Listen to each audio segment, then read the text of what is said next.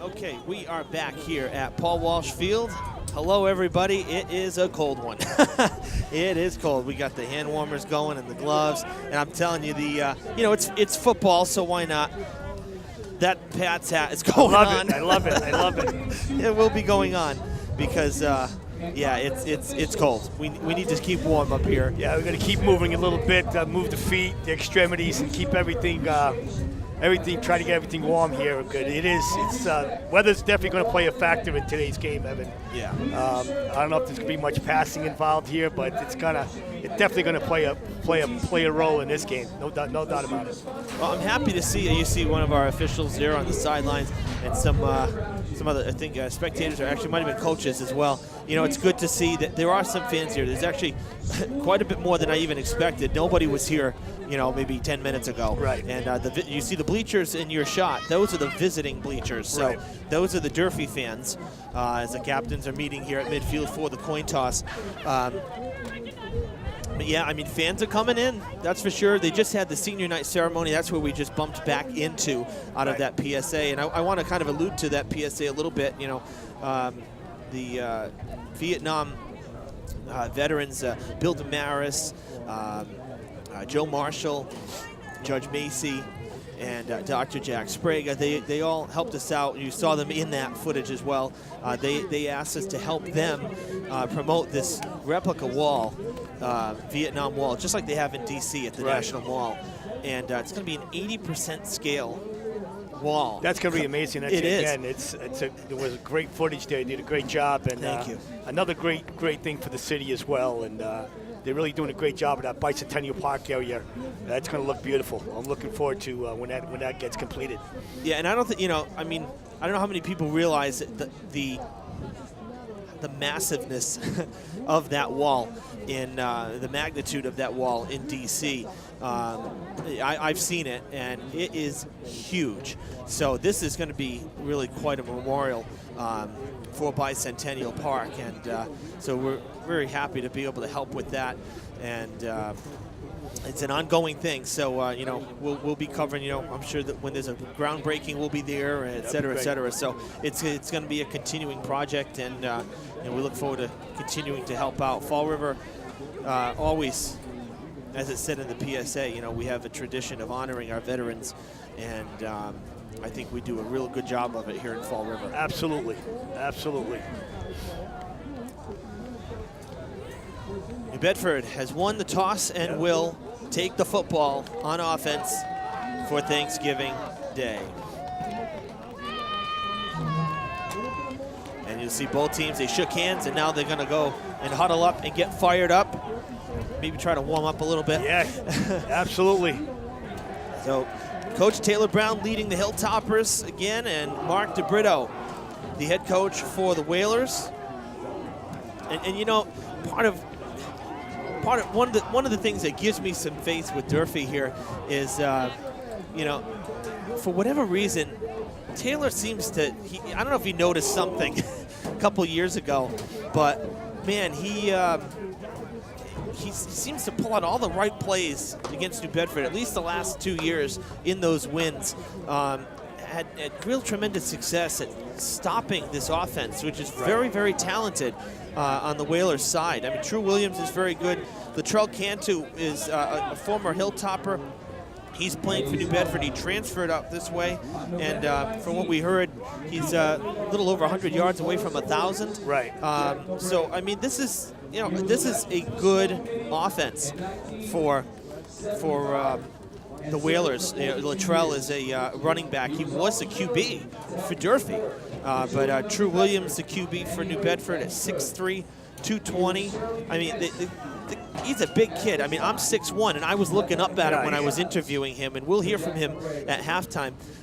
So, I mean, seriously, he's a big dude. Big dude. It's like a college player or NFL. Oh, he's NFL going player. somewhere. 6'3" and change, and playing that quarterback position. That's a big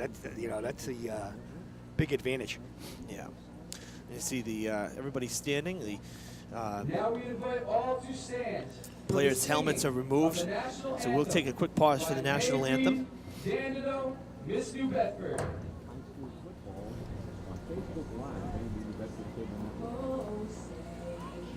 Can you see by the dawn's early light what so proudly we hailed at the twilight's last gleaming, whose broad stripes and bright stars through the perilous fight o'er the ramparts we watched were so gallantly streaming, and the rocket's red glare, the bombs bursting in air, gave proof through the night that our flag was still there. Oh, say does that star-spangled banner yet wave o'er the land of the free and the home of the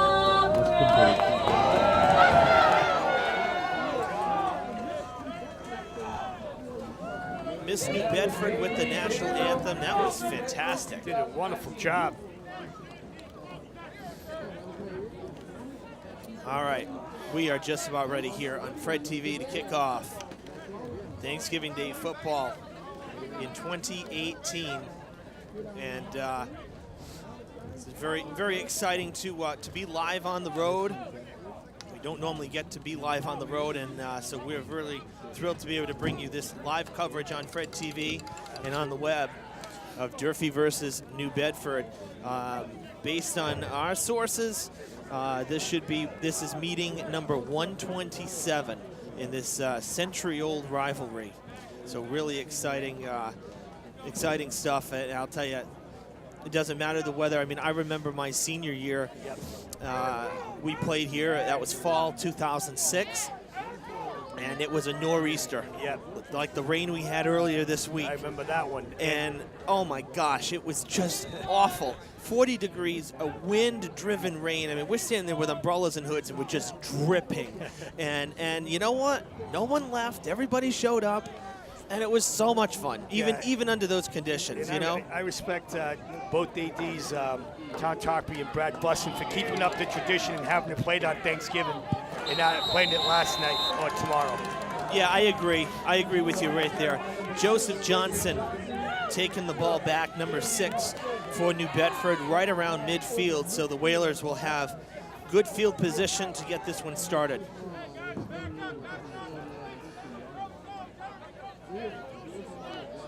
So again, True Williams, the starting QB for New Bedford, number 2. He is a senior captain. And it'll be right at the 50. They'll have half a football field to work with here on their first drive.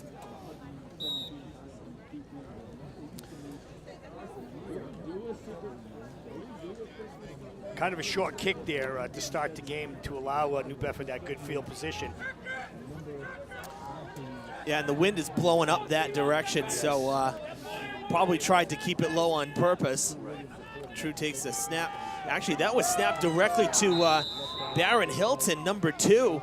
So that wasn't even snapped to Williams.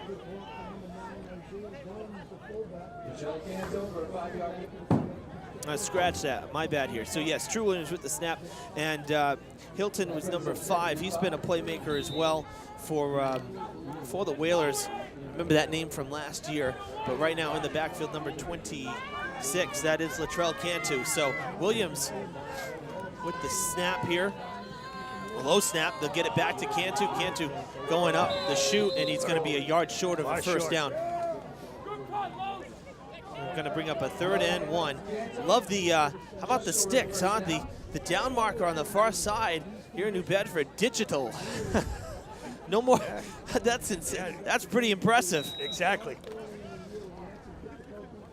Got to ask Tom Tarpey where they got their hands on one of those. Going high tech, Evan, going high tech. Sure. 3rd and 1. Cantu with the carry, and that's good for a first down. And Hilltoppers pile onto him after a gain of about 4. Well, New Bedford coming out just running the ball, Evan. Running solid running right down the middle. first down. While we get started here, want to thank New Bedford Cable for always being good friends, good colleagues in the public access television industry here, giving us the feed, helping us out as we always would do for them when they'd come to Fall River. They're doing for us as well here in New Bedford. Always a good partnership. So Absolutely. Dan Cabral and his team really appreciate always working together with us so we can give you this. Cantu takes off. Cantu down the field. There he goes. 6-0 New Bedford. That didn't take long. No, it did not. And a great job by the offensive line, just opening up that gap right down the middle, Evan. Cantu saw that hole and never looked back. And I mean, again, I remember Cantu from being at Durfee. 5'10", but 210 pounds. He's tough to stop when he gets going. He's like a train out there. Absolutely. So one of the bigger guys, and definitely the go-to guy, as you can see. And the Whalers out to the very quick start here, just over 2 minutes in. They will go for the point after. Jeremy DeCruz, a wide receiver number 8, will be doing the kicking for the Whalers, trying to make it 7. Good snap, ball down, kick on its way right down Main Street. 50-yard drive to start things off, and the Whalers have a lead on Thanksgiving. 2 minutes in. Not the way that Coach Brown wanted to start this game, unfortunately, Evan. And let's see what the offense can bring to the table here on their first possession. Yeah, this will be the real test, and I think we'll see really early on if the Hilltoppers are going to be able to compete and continue to put up points, or along with New Bedford here, because again, New Bedford's offense, it's pretty solid. So. The Hilltoppers have struggled offensively. We talked about it in the open, and be interesting to see where they're at here after this kickoff and once they hit the field. Back deep for the Hilltoppers, number 27 is not on our roster at the moment. This is updated, so we don't have 27 on the roster. Usually Eli Concepcion is back there, but he's number 28 unless he had a jersey change. This roster's fresh from the coach as of yesterday afternoon, so 27's not on it. Kickoff goes out of bounds. That's a flag.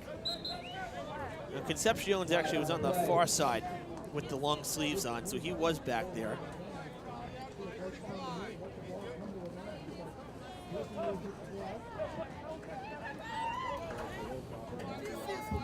Durfee was dealing with some injuries, Vic, right from the start. Offensive injuries. Jan Rosa, wide receiver, he's a senior captain. He was out for at least half the season. Again, they lost Lucas Roque. So two big guys. That's always not the way you want to start. 2 of your top players, and plus they're upperclassmen. You lose that experience on the field. That's a big blow to your team. Especially when you got a team that's it's relatively young. So you try to keep your juniors and seniors on the field as much as possible, and that wasn't the case this year for Coach Brown, unfortunately. So Hilltoppers electing to have a re-kick here. So New Bedford will now kick from the 35 after it went out.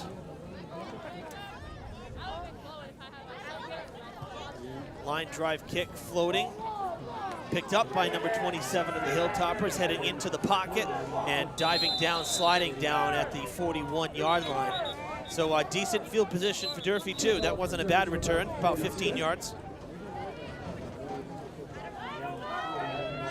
Great pick up there, and ball on the 41. Let's see what Durfee can do offensively here, Ev. Let's see what they have. Let's see what Coach Brown has put together here for this offensive set. Yeah, I think the Hilltoppers got to come back out and be able to come out and answer here on this first drive. Otherwise, it's going to be a long morning. I hope not. Yeah. I hope not. No, I hope not either. But again, just kind of based on what we've seen,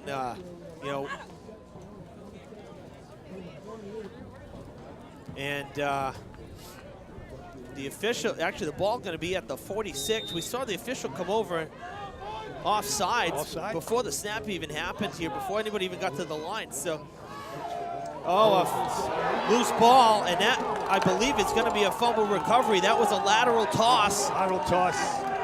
I think Concepcion could not handle it, Evan. Did not really get a good feel for that ball, and it's a takeaway right off the top here. The first possession with Durfee, not a good start here for the Hilltoppers.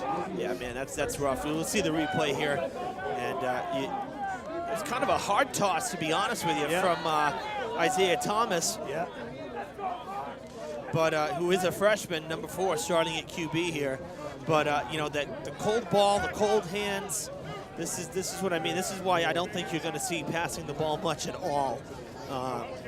So man, it just doesn't get much worse of a start for Durfee. Unfortunately, you know, the Hilltoppers, you know, with that opportunity, had good field position for this first drive of theirs. Right. And on the first play, they lose possession. And now you're putting the defense right back on the field, Evan. We kind of spoke to that kind of pregame, and you know, how much time is this defensive team going to be out there today on the field?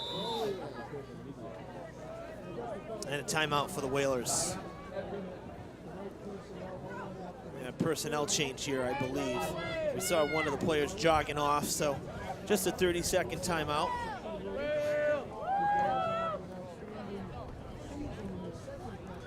Also take the time to thank Athletic Director Tom Tarpey, always making sure we have a spot here in New Bedford, as well as Coach DeBrito, giving me some time at practice last week when I visited them, when I visited the Whalers here. So always appreciate that.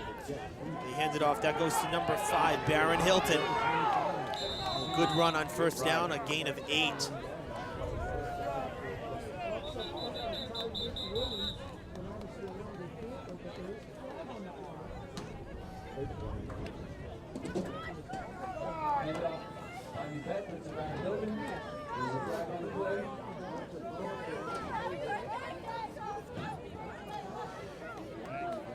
So it'll be 2nd and 2 for New Bedford.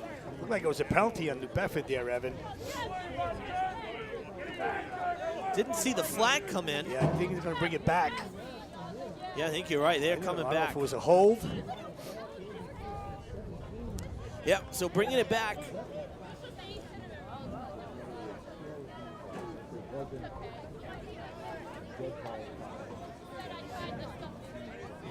think it was a dead ball foul because I didn't see a flag come in during the play. Right. I think it came down the field, I think. So instead of an 8-yard pickup, they're going to be going 7 yards behind the original line of scrimmage. So 1st and 17, backs up New Bedford.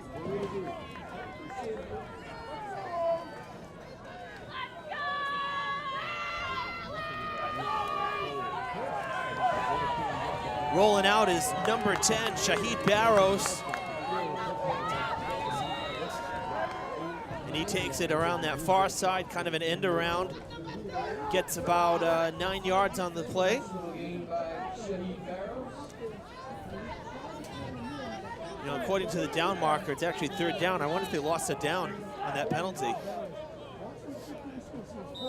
Didn't think they did, but it says 3rd down on the far side. Right. So if it is, this would be this is a big play for the Hilltoppers. 3rd and 8, essentially, again, according to what's on the field. Be a good stop here and a good momentum change for the Toppers to get the ball back here. It sure They would. can stop them. You sure would. Set with trips to the near side here. They hand it off and not going too far. The defensive line pulling up short here. I'm pretty sure it's only 3rd. Yeah, that was 2nd down, I believe. Our scoreboard, courtesy of New Bedford here again, New Bedford Cable, saying 3rd down now. I think the down marker on the field was incorrect. So this should be 3rd and 6. We see Williams coming back out there. Either way, a very makeable stop here, 6 yards to work with. We'll see what they elect to go with. Cantu in the backfield, kind of spreading out the receivers this time, left and right. And now a timeout, I think, called by The Hilltoppers. Yes, Hilltoppers calling full team timeout. They'll go into the huddle.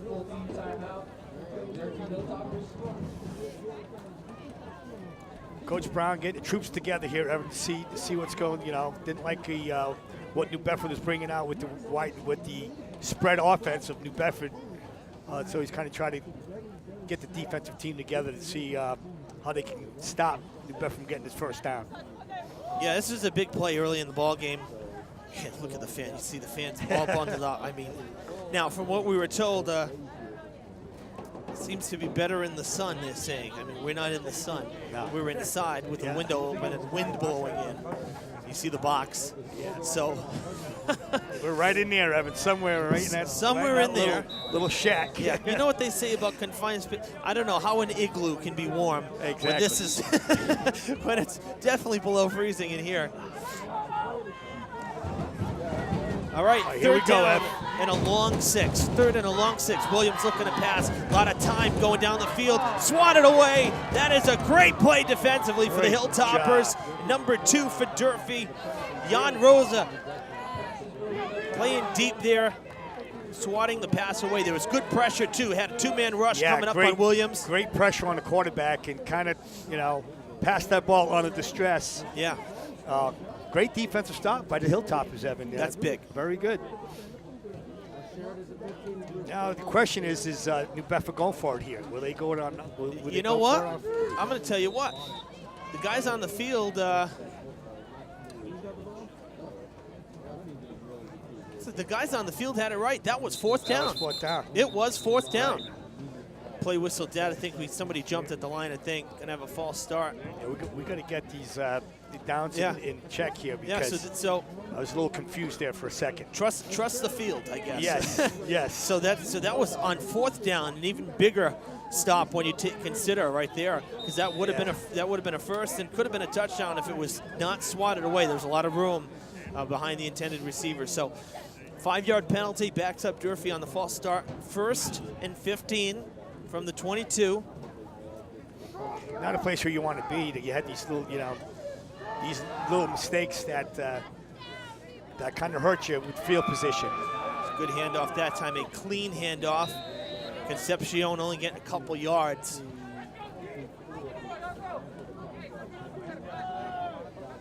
I love Concepcion's style of running. He's Oh yeah. very strong type runner. Runs hard. Pretty sure one of the home games, I think it was the Dartmouth game, had about I think he had over 200 yards in that Dartmouth game, if I'm not mistaken. He was just unstoppable in that game, running up and down the field. All right, 2nd down and 13. Thomas rolling out. He's going to the air, coming toward the sidelines. It's going out of play, incomplete. Coming towards it was Jilson De Silva, but kind of thrown more away. I don't think he liked what he saw. I think that's a pretty safe move right there.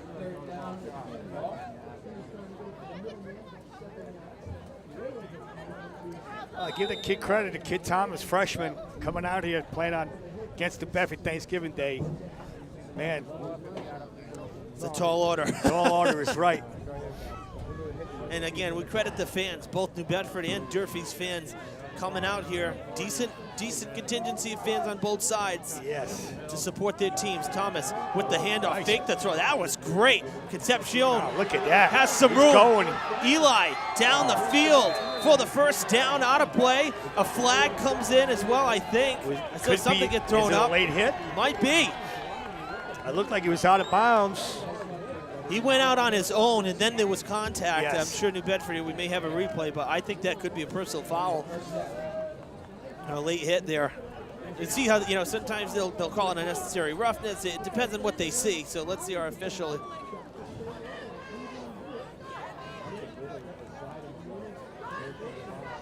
Yeah. Coach DeBrito not happy, walking away from the official. It looked close. I don't know if he was still in bounds there. We'll take a Evan, look. Let's here, take the a replay. look here. That was a great handoff, man. Nice, That's a play. Let's see. Good run from Eli. Looked like he was in bounds. It Yeah, was close. it sure does look like he was It in looks like bounds. it was still in bounds. We'll take the call. Durfee's not going to complain about it. That didn't work in there. That did not work out well for Najir Montero. Now, Montero got some starts at QB as well this year. He's a sophomore. He actually was, we also saw Alvin Ditt, another one who started. He was a senior. He got some starts. So, again, talking about the QB position pregame, it kind of been a bit of a rotating position here, kind of a next man up. And that's such an important position. Yeah. You know, I look at the quarterback position being almost like the point guard position in basketball. You need that leader on the offensive side of the field. So, you know, Coach Brown looking for that right fit. 2nd and 12 after a loss of 2. They try the shuffle pass to Eli Concepcion again. No fumble, but a loss of 2 more yards. And he looked like he bobbled that a little bit on that catch again, Evan. I don't know if, you know, maybe they're better off just getting that solid handoff. Well, especially when if it's, backwards passing here, that's what happened earlier. If a lateral is a live ball, if you don't come up with it cleanly, correct, it's not an incomplete pass. So now 3rd and long, 3rd and 14 coming up for Durfee.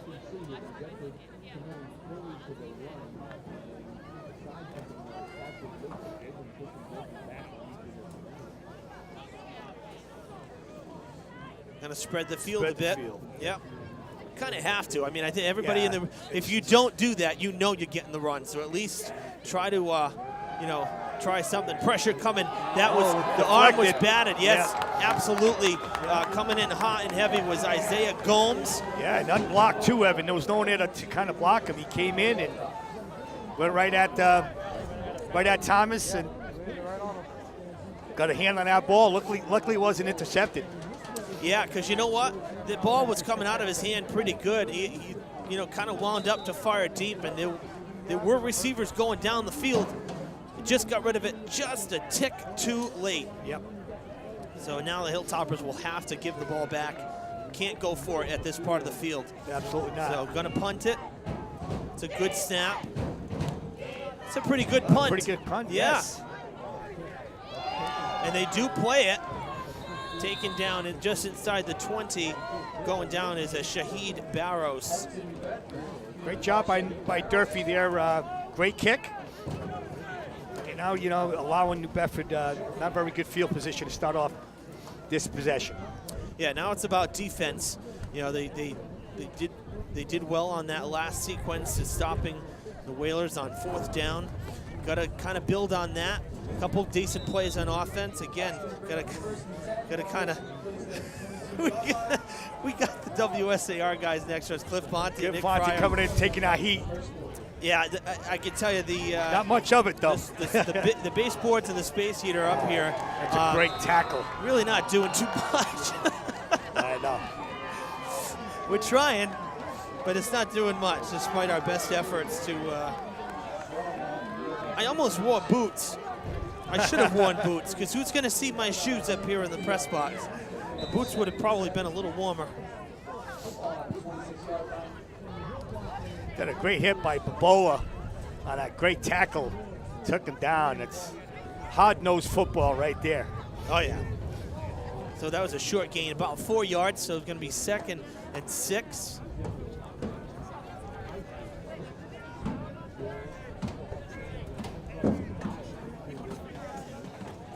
Hand it off, running right into the pile.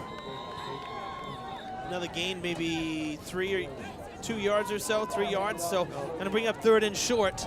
These are the kinds of, I have to be honest, these are the kind of downs that you like. I mean, obviously the big plays, right? Big plays are always exciting. Right. But when you get a running game that's established, that you can do, 3 to 4 yards a carry and just keep moving down the field. That's all you need to move the chains. You use every play of that set of downs. You're eating a lot of time off the clock. And then if you can turn it into points, I mean, we saw Durfee in that the Dartmouth game, which they lost. Right. They had a 9-minute drive in that 4th quarter.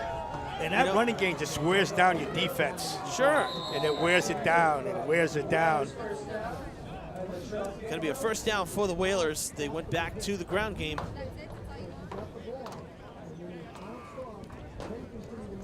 And I look back at that drive, and that was one of the best drives I can remember in recent years for Durfee, just because how well executed it was. I mean, it was really just a classic. It's like what you would see from, the NFL or, the Patriots when they say, let's just kill the clock. Well, that's what they did. And, unfortunately, the kickoff return right after they had scored is what did them in. But regardless, it was still a great drive. And, again, New Bedford sticking to the ground game. We've only seen one pass, and it was incomplete on their last drive. As we come into the final minute of this first quarter, 60 seconds left in the first. Looking at a second and about 8, maybe 9, kind of in the middle.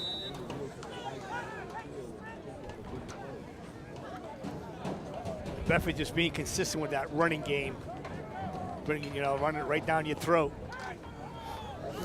and kind of asking Durfee, can you stop us? Yeah. And again, it's my point of it is that it shortens the game. Play whistle dead, the flag comes flying in. Usually that means a false start. And it is 5 yards offense going back. It's like the third penalty already in New Bedford. Yeah. That's going to take them back. And again, a huge penalty there. Great for Durfee here. See if they can stop him. So now what second was, and 14. Yeah, what's second and 9 is now second and 14. And that kind of now opens up the options too, though, because the running game is, on this drive at least, getting about 5 per carry. So maybe we'll see Williams drop back and throw it. He does have a man in the back. He is going to go back. Pressure coming. They get the pass off. It's incomplete. And that was the best case scenario for the Whalers, because a sack would have lost another 10 yards. Hilltoppers had number 65. I believe that was Jude Thomas, I believe. Yeah, it came in there. Right down the middle, unblocked, Evan. Put some great pressure on the quarterback. Yeah, Jude is a senior captain. That's the end of the first quarter, Vic, so 11 minutes in the books. Yes. And aside from that first drive, things just didn't pan out well for Durfee. Those first couple minutes, maybe some jitters, who knows. Especially that long run into the end zone. After that first offensive possession by New Bedford, I think Durfee settled down a little bit. The defense did a great job of holding New Bedford just to 7 points in the first quarter. Yeah, it was not a bad quarter. Pretty quick moving again. You're going to get that with the ground game. But aside from that first drive for New Bedford, I'd say fairly evenly split. No one's going nuts here. No. Especially after losing the ball on that first snap for the Hilltoppers. It could very easily be 14-0 right Correct. now. So, little gust of wind in here. Let's anchor that down with the coffee. That wind chill is just, it cuts right through you, Evan, Yeah, we get WNBH here in front of us. They love the window open. Well, I beg to differ. The glass is pretty clean. Especially when you're right behind the window. Yeah, that's exactly right. All right. Third down and 14. Williams going to drop back. Here comes pressure. He is hit down the field. Almost picked off right through the hands of Jailson De Silva. But more importantly, the pressure, good coverage down the field. Yes, a pick at midfield would have been great, but you're forcing the Whalers to give you the ball. Again, that pressure again came from Jude Thomas right back. Great pressure on the quarterback. Great defensive stop here by the Toppers. Yeah, that's huge. That's big time. So you're forcing the Whalers to punt. This is the first time they will do so. Baron Hilton will send it off. Eli Concepcion back at the Durfee 40, ready to receive. This should be put Durfee in a pretty decent field position. Oh, they're faking it. Fake punt. And you know what? He's going to get the first down. Wow, it did some. Hilton is going. Hilton's gone. All the way. Unbelievable. That's stuff that just cannot happen. Absolutely not. Missed tackle up front there. Should have been down, and after that, it was all she wrote. Again, New Bedford, beginning of the first quarter scored. Beginning of the second quarter here, put points on the board, Evan. Yeah, but I'll tell you, this isn't like Cantu's run where you're from scrimmage. That shouldn't happen. That was ugly. Very exciting play for sure, but the Hilltoppers had the men there to make tackles. Oh, had 2 players there, Yep. Evan. You got to put the man down. Yep. And 4 missed tackles there. They'll go for the point after. Low snap. But the kick is money. 14-0 Whalers to start this second quarter. Well, now what Coach Brown wanted to happen here at the beginning of second quarter. Oh my gosh, of course not. You know, Yeah. you pressure Williams on back-to-back passes, on 2nd and long, 3rd and long. Good coverage down the field. You force them to punt it. I mean, I'll be perfectly honest. You got to expect the unexpected, but I wasn't expecting that. Hey, I really did think that they would have kicked it. Not in a good spot on the field. I mean, if Hilton went down on 4th down where he should have gone down after faking it, Durfee would be at the 30-yard line. 30-yard line, correct. Of New Bedford. Yeah, and a gutsy call by Coach Brito's staff there on that call, and it paid off. It did. You know. Sometimes you got to do that. You got to take chances. You know, and I'll be honest, last year, gutsy call didn't pan out because the difference in the game ended up being a 2-point conversion. So, and it didn't pan out for New Bedford last year. This year, a gutsy call, and it has panned out so far. 14-0. The Whalers will kick it off. Let's see how Durfee responds here, Evan. Let's see if they can just, keep that same mindset of, staying in this game. Bobbly punt. On the ground, picked up by one of the linesmen, number 59. 59. That's Jordan Giottis. Good pickup, got a few yards. Giottis, you want to talk about fighting injuries and stuff. Had some knee issues. Basically tore his meniscus. They went in basically like repaired it, hollowed it out, whatever they do. And he was able to make his way back here this season. This all happened during the season, which is pretty remarkable. So I'll give the kid credit. It really worked hard to rehab to come back and play. And look, he's playing today in, one of the best traditions in high school football. Another flag before the play. I think it's another false start. Both sides having trouble with the hard counts here. Yes. Oh, too many men. That's just, that's just the breakdown of communication. Yeah. With a team like New Bedford, you just can't give them these type of penalties. And well, let's see here because they haven't moved the ball yet. The officials. I think they're going to though. We did again. That flag did come in. Then we saw a timeout. Looks like it might be. Oh, the ball's staying. So it is possible the sideline, the linesman on the far side there, it's possible Coach Brown called timeout before that flag was thrown. You know, these officials are all over the field, so hard to communicate sometimes. First down. Well, not much there. Nope. Not much there for if I'm not mistaken, Concepcion. Took the snap, ran with it.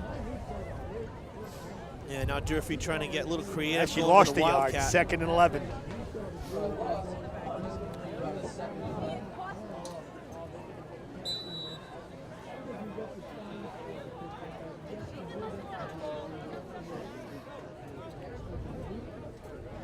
Now, I enjoy coming here to New Bedford. The number one, let's just say this field. This is probably the greenest grass field in the area. Yes. The field is in fantastic shape, but this vantage point, it's like the old Durfee field was. You know, you're a bit higher. Got a great view. Yeah, well, I mean, while we have the more modern facility, of course, at Mac Aldridge Field, which believe me, it's great. But to get this angle, you got to be up on the roof, and I still don't know if we're even that high. The bleachers on these newer stadiums are quite a bit lower traditionally, more like the bleachers across the way, where the visitors are here. Diamond, I have to say, Diamond's my favorite angle. Being on the roof, and with the way the terrain is, you know, it just drops off for the bleachers, very long bleachers. I mean, you can see without any issue every yard marker on that far sideline at Diamond Regional. It's such a great angle. This is very close to that. That little extra vertical look.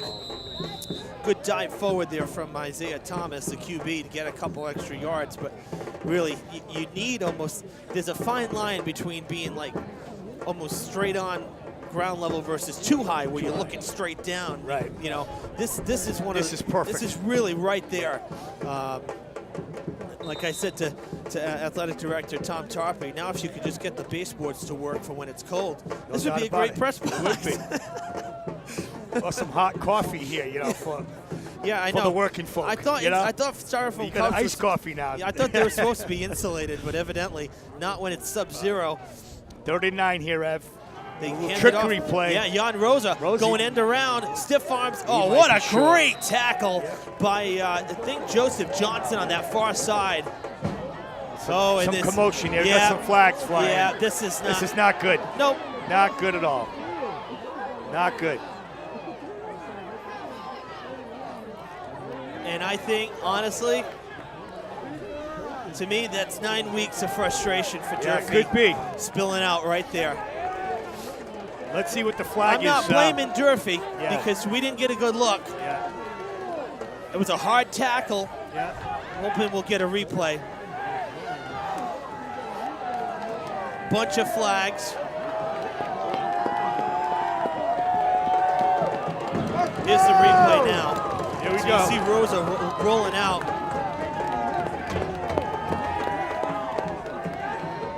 Oh, something happened on the left side of your screen. something happened there. Yeah, two of the other looked like one of the wideouts for Durfee and one of the safeties or corners down the field. So it wasn't anybody involved in the play.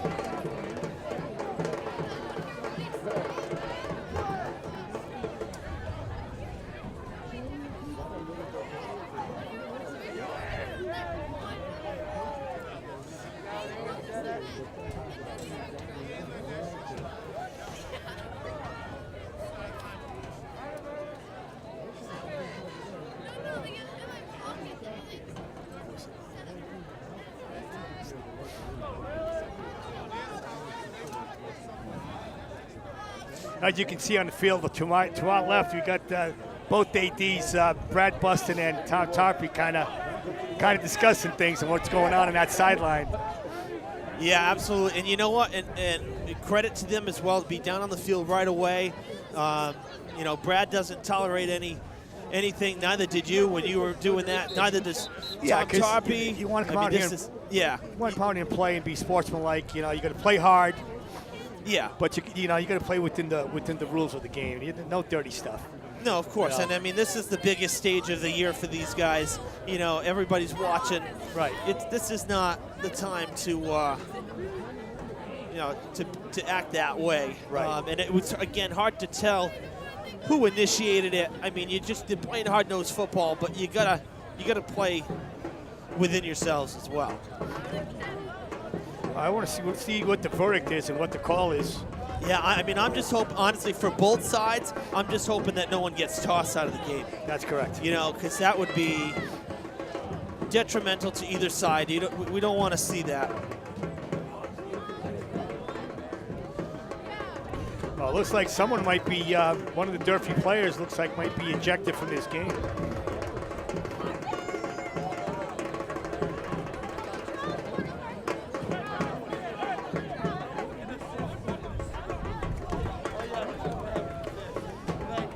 Yeah, that is, Number 57. is it 50 or 60? And look, I can't tell if that was 60 or 50. 57, Liam Medeiros, it looked like to me. Yeah, man, that's So he's being escorted off the field. not good. Not a good thing. So that's a shame. Yeah, we really couldn't see it that well with all the bodies there in that sideline, Evan. So, but Yeah, and something then- did happen. Something went down there that was not was unsportsmanlike. Yeah. There's Taylor Brown, athletic director of Boston, escorted the player off the field again. Looked like Liam Medeiros, 57.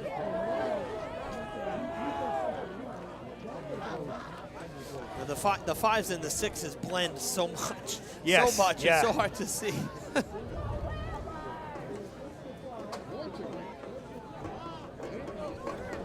I think both penalties offset here, Evan. Yeah. I think both sides, players from both sides were involved. So, Yeah, but obviously there was a little more to have to warrant an ejection, it appears. right. And Coach Brown's not happy. Oh, no, he's Not happy. He just ripped the headset off, too. And one of the other officials holding a yellow flag. We may see that get tossed. I mean, they're letting them get off some steam here. They're giving some latitude, but you got to be careful. He's giving him a piece of his mind. There's no question about Again, it. this is 9 weeks of frustration billowing out, I think, right there. And Coach Brown, he's a great coach. Oh, yeah. He takes pride in his work, and he's a competitor. sure. He's been here. He's been on this stage. He knows what it's like to play.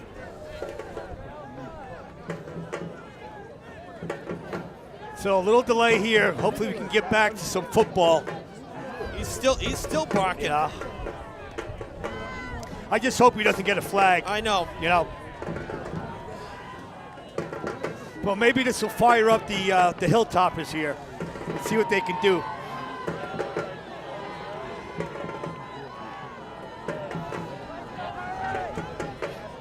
Well, I'll tell you one thing. Now, Coach DeBrito is in the fray with the officials. It says first down on the marker. Durfee did not get there, but it looks like they're getting a first down out of this. They're getting a fresh set. So now Coach DeBrito not too happy. Well, Here's the play again. There was. So that was It's right there. That was number 10 for Number Durfee. 10, yeah. That was Montero. So it wasn't even 57. He must have done something else Yes. in the pile. Thomas looking left, looking right. Gonna take it himself. Nice. That's a decent run to make something run. out of nothing on first down. So somehow Durfee ended up with a first down out of that too. And they Wow. they came out okay on that situation. Yeah. I thought Durfee was going to get the worst of it, but I'm impressed with this quarterback Thomas, his composure, running the ball, and tell you, he doesn't look like a scared freshman out there, Evan. I'll No. tell you that. Not at all. 3-yard carry, second down and 7. Has Concepcion in the backfield. They'll hand it off. Eli plowing through the pile, pumping those legs great forward. run. That may be good enough, maybe very close. They got to get him going, because once he does get going, he's very tough to stop. Very Absolutely. tough. This should be about inches short. Yeah, half a yard short. So looking at third down, 3rd and 1, 3rd and very short here. Durfee needing to get the first down, keep this drive going. They got Concepcion in the back once again. Pressure coming. They force it right up to shoot. That should be good enough. Falling forward. That extra push. Yep, that extra push. And I don't think Thomas carried that.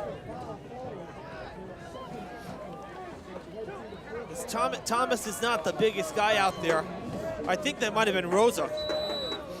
It's tough to tell, but it definitely looked like a bigger body than Thomas. Yes. And it it was handed off to Rosa. Yeah, it was So Rosa kind of powered it forward. Thomas now back. Waiting the snap. 1st and 10, Hilltoppers. About 6.5 minutes to play here in this first half. 14-0 the score, you see. Thomas cutting back in, sneaks through. How about that run for the freshman QB? 7 yards. I think New Bedford was kind of playing for him to toss that ball to Concepcion, but he kept it and got a pretty good yardage on that play.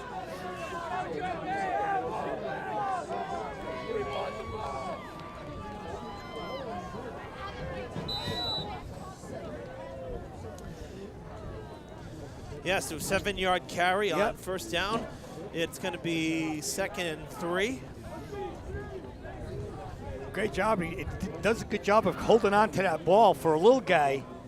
Well, I'll tell you, it didn't look good at first. Yeah, he had it out there. He just kind of like snuck around, Yeah, right. kind of weaved his way through traffic. Like a Now pass. dropping back to pass. Pressure coming. He's going to move. Oh, he's going down. Big time pressure coming, led by number 50, Tyreek Williams. Whew. 253 Damn. pounds. Yeah, that's right. Oof. Big No. kid out there, and that's a big loss. And, 9 yards on the loss. and Thomas didn't even have any time to throw that out of bounds somewhere. He No. just, they were coming at him. Yeah, all sides. Yep. So Let's see it again on the replay here, Ev. The coverage broke down and didn't have a chance. No. So a loss of 9 brings up 3rd and 11 now, 3rd and 12 really. So it was 2nd and 3, now 3rd and 12. That's tough. Gonna take a big play here from the Hilltoppers. Oh, loose ball. Oh, I think Durfee got it back. Very lucky here, Ev. I Very think lucky. so. Number 9 from New Bedford had that ball and somehow Wow. he lost control of it as he was stomping on it, and Concepcion picked it up again. And so this is a prime example, though, of kind of what's gone on offensively for the Hilltoppers this season. As you take a look at the replay, Yeah, you know, and- you get a couple good plays, right? You think you're starting to move the ball, Right. And then all of a sudden, that's a good snap for the punt and a good punt. You know, all of a sudden now you get one penalty and a couple blocks, and bad things happen. Right. And Durfee gets kind of just stopped dead in their tracks. And this is kind of what's been going on. Yeah, and he just had the moving the ball pretty well after the penalty, and Yeah. a few good plays down the field, and then a few steps forward and a huge step back, and that sack, and then the fumble. Yeah.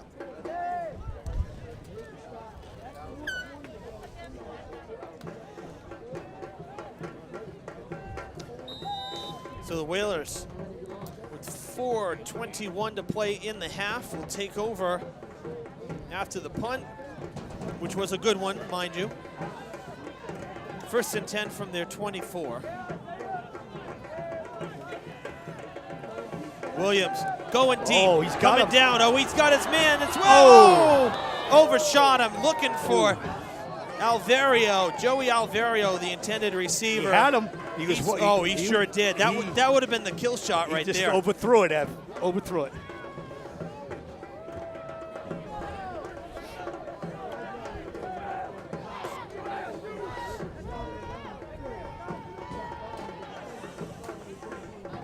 So it'll bring up 2nd and 10. Man, that was another big play call, though. I mean, it was set up, and Alvario got his separation down the field for sure.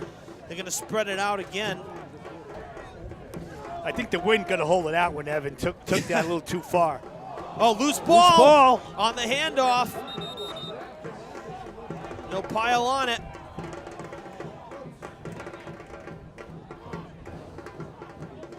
Looks like New Bedford able to keep it. I think Williams Very lucky. kept it. Yeah. Ken, it seems like the players are having a very difficult time holding on to that ball, Evan, even Yeah. on the handoff.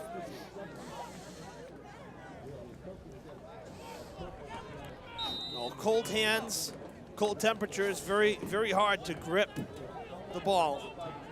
Never mind hold it, you know. Absolutely.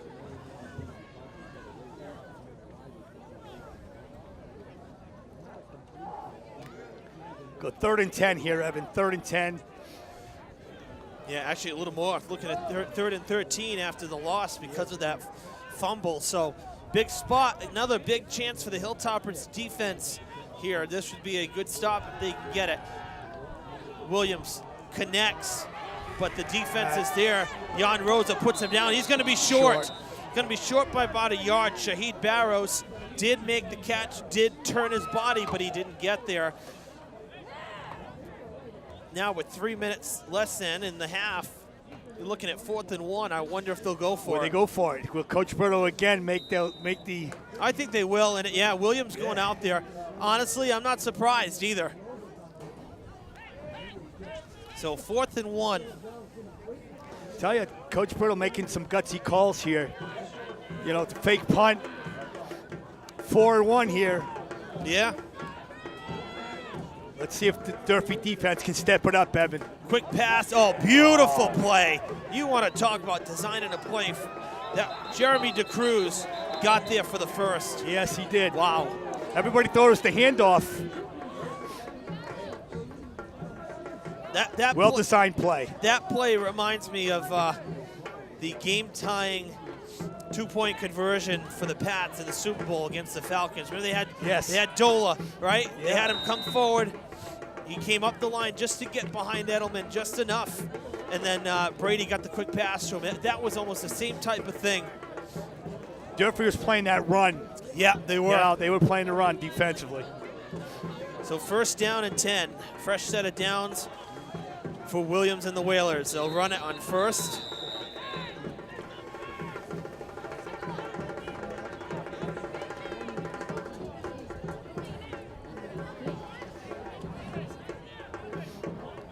Timeout, New Bedford. Well, now you're under 2 minutes here in this half. Whalers just got the first down, and I'm sure they want to, if they can, they want to get some more points on the board. Yeah, and eat that clock up, Evan, too, as well, and Yep. take them to the end of the, take them to halftime.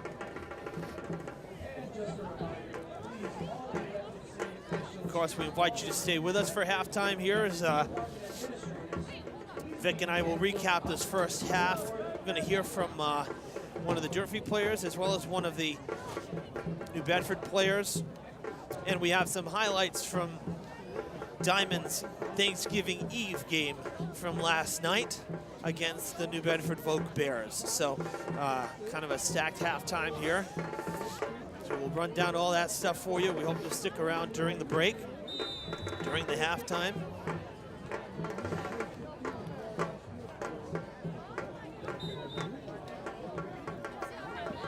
Seems like it's been a quick first half here. After a little delayed here with that, commotion on the sideline. Yeah. But the game's moving fairly quickly. They hand it off to Cantu. Cantu one-on-one with number 27. Now Jan Rosa trying to put him down, and they take him all the way out of bounds. He still never actually went down. That's Strong how- run wow. on Cantu, man. He's just plowing through people. Yeah, it would have been nice if the Hilltoppers had him this season. Absolutely. Again, Cantu was a Hilltopper, transferred here. That was a loss for Durfee. Would have been nice to have Luttrell on the team as a senior this year at Fall Absolutely. River.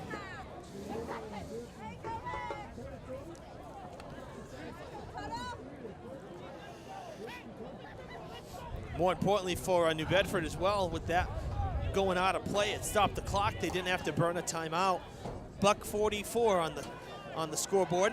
Williams dropping back, looking down the field, gonna throw across Nice the middle. pass. And he's gonna escape a tackle. Ball is loose. Hilltoppers recover. Eli Concepcion takes the ball. Great defense, popping it from behind. Yep. Great passing play. And wide receiver was going for more yardage. And then someone knocked it from behind. Let's see who that was, Evan. Well, you couldn't bring it down, so why not punch at the ball? That was number 2. Yeah, that was Rosa. Great defensive play. Had trouble trying to tackle the receiver. He was just half a step ahead of him, so why not try punching the ball out? Big defensive play there, Evan. Looked like New Bedford's going to go down there and move the ball down the field for another score just before the half. So let's see if, Durfee needs to take care of the ball here. Concepcion with the carry, not going too far on first down. We're under 90 seconds to play in the half. Clock stopped now at 1:23. There is a timeout on the field. New Bedford. Yeah, the Whalers taking it. Well, if Durfee goes in at half 14-0, if I was Coach Brown, I would be kind of happy, and say it's something we can build on the second half. We're still in this game with, only 2-possession game. Yeah, and I mean, think about the fake punt too. I mean, Right. Nobody was expecting that, and that turned into 7 points. It could just easily be 7-0. Correct. So a full team timeout, 1:23 to play in the half. And we're going to be looking at, I think, 2nd and 11. Actually, I think they lost a yard on that running play. I don't think Concepcion got back to the line. So looking at 2nd and 11. Durfee will get the ball to begin the second half as well, because New Bedford won the toss and elected to receive the opening kickoff. So Durfee hoping that New Bedford doesn't get the ball back at all. Correct. Before halftime.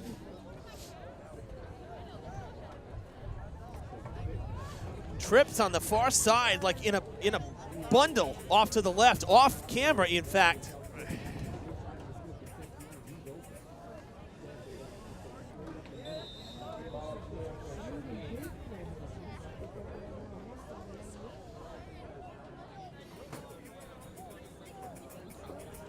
Short gain there on second down. About another timeout for New Bedford. New Bedford wants that ball back.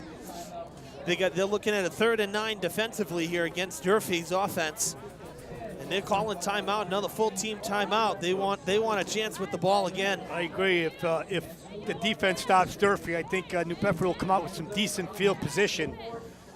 Oh yeah, I mean you'd be punting from almost in the end zone. In the end zone, correct. Yeah. So Hilltopper's got to hope for a little burst of yards here. See what kind of play Coach Brown draws up.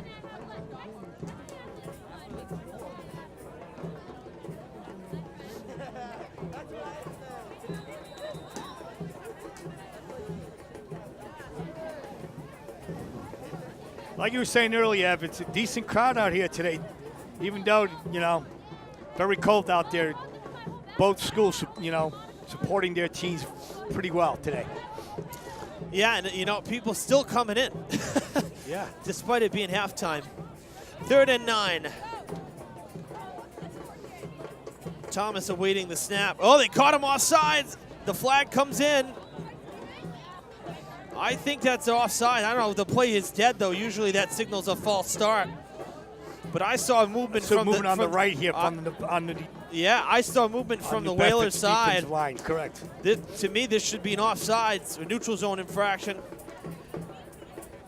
It is. Yeah. 5 yards for they baited them. You notice how long they waited to snap the ball, and the Whalers have been kind of getting antsy at the line, getting a couple steps leading to it. So 5-yard penalty makes this a little more doable. 3rd and 4th. A little impatient on the defensive line for New Bedford. Yep, 3rd and 4.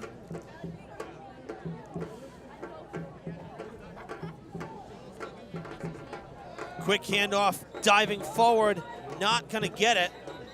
Niger Montero, not enough. Another timeout. 4th down and 2. Thomas heading to the sidelines, and it appears Durfee will punt it away. Yeah, I don't know that the clock even moved on that play, though. It was at 1:11. Right. It didn't move. Durfee doesn't have much of an option. They got to kick it out, and again, it's going to allow New Bedford some decent field position. Yeah, and the clock is definitely wrong. Something happened with the clock there, because it was at 1:11 before that play. 1:15. It's getting screened here. You know, the goalpost. The uprights here. We're having trouble seeing the full minutes here, but it looked like the second marker. It looked like it was 1:11, but I stand corrected. Now Durfee calling the timeout. Yep. So it looks like New Bedford will get the ball back with some decent field position to end the quarter here. Coach Brittle probably looking for another score. Oh, absolutely. Absolutely. Now this group of seniors has not won on their home turf on Thanksgiving yet. So, because the last time we were here 2 years ago, they were sophomores and the Hilltoppers won it. So this is a game they want badly. And that's the game that Nick Salmon had a punt return here. Yeah, he actually started with the kickoff return. Kickoff return, correct. And then there was a punt return as well. There was a good punt. That was a prolific day for Nick, let me tell you. All right, 4th and 3.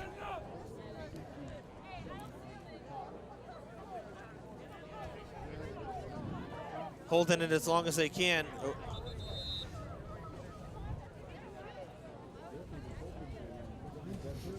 I think Durfee's looking to get New Bedford off sides again with that. Why not? Why not try? And they did. of the quick 30-second timeout, and now they will most likely punt it away.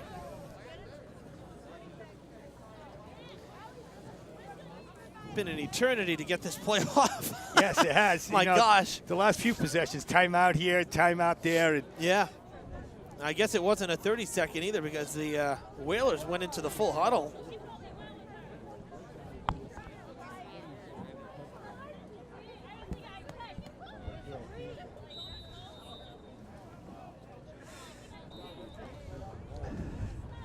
Getting ready to punt it away. all right, let's see what we got here, Ev. Hope it's a good snap, otherwise it's going to be in the end zone. It is a good snap. And they get the kickoff. Not a great punt, but it's going to take a favorable bounce. That's big time for the Hilltoppers. Big help. It goes all the way to the 46. It rolled about 10 yards. Yeah, got a good bounce there. Yeah. Very lucky bounce, and that takes it to under a minute. Is that 54 seconds, 59? 59 seconds. 59 seconds. A lot left in could the happen in first that half. time span, Evan. 59 seconds. Yeah. A lot could happen.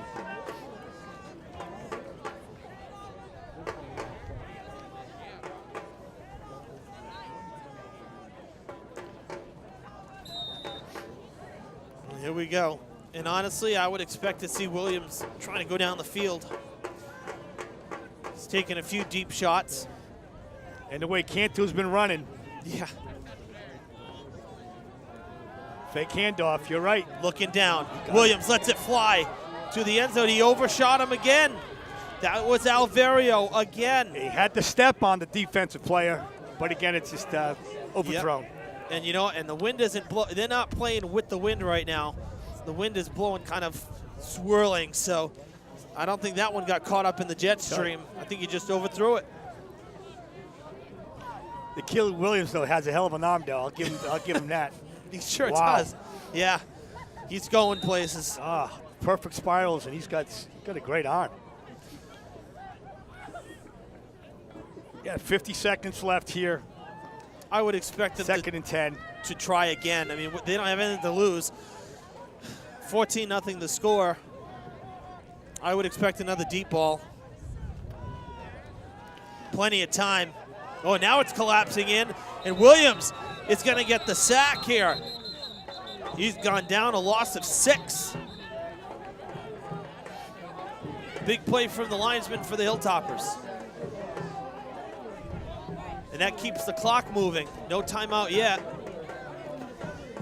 That's a big play. Big play. Looked like number 59 was in there for Durfee. There was a few players in there. 16 seconds.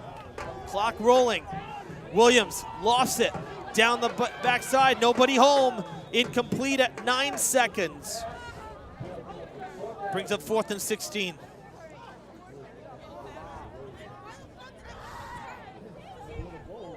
So obviously they'll go for it, take one more shot at the end zone. But that sack was huge for the Hilltoppers. Absolutely. Tell you, I'm impressed with Durfee's defense. Yeah, You know, I mean, that, you know, that was what I'm we very knew. impressed. We knew that was going to be their strength. Yes. And, you know, obviously some uglier losses on the year, but that happens every year. Yeah. But there have been some decent games here. And if it wasn't for that fake punt Yeah. to the end zone, it would have been a 7-0 game. Across the middle, incomplete on 4th down with 3 seconds. So the Hilltoppers will actually get the ball on New Bedford's side of the field, if you can believe it, at the Whalers 49, and they will have one chance at a play. Go to Hail Mary. What do you think? I don't think it's going to be a Hail Mary. I just, no, I don't have that feeling. What do you got to lose, right, Ev? Well, it's Well, more of a maybe matter take of the knee here and it's more of a matter of Thomas being able yes. to get it down the field. I don't know if he's got the strength right. to do it. Looks like they're going to take a knee. Yeah. They are. They go into the locker room.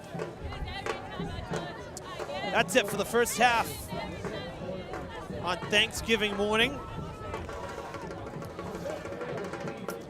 Hilltoppers down 14-0 as they head into the locker rooms. And we are back in the booth. Yes, the hat is on. The hat I have is, a hat, but You're roughing it. I'm roughing it up. Oh, welcome It's back. on my hair to keep my head warm, Ed. Yeah. Right. Welcome back inside the booth.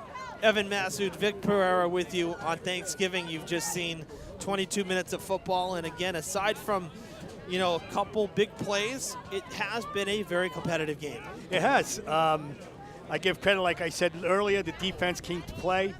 Even with the offense, Durfee did some nice things offensively, but just, penalties. I thought one time they moved the ball well down the field, and then the sack allowed them to push them back, and then that was it.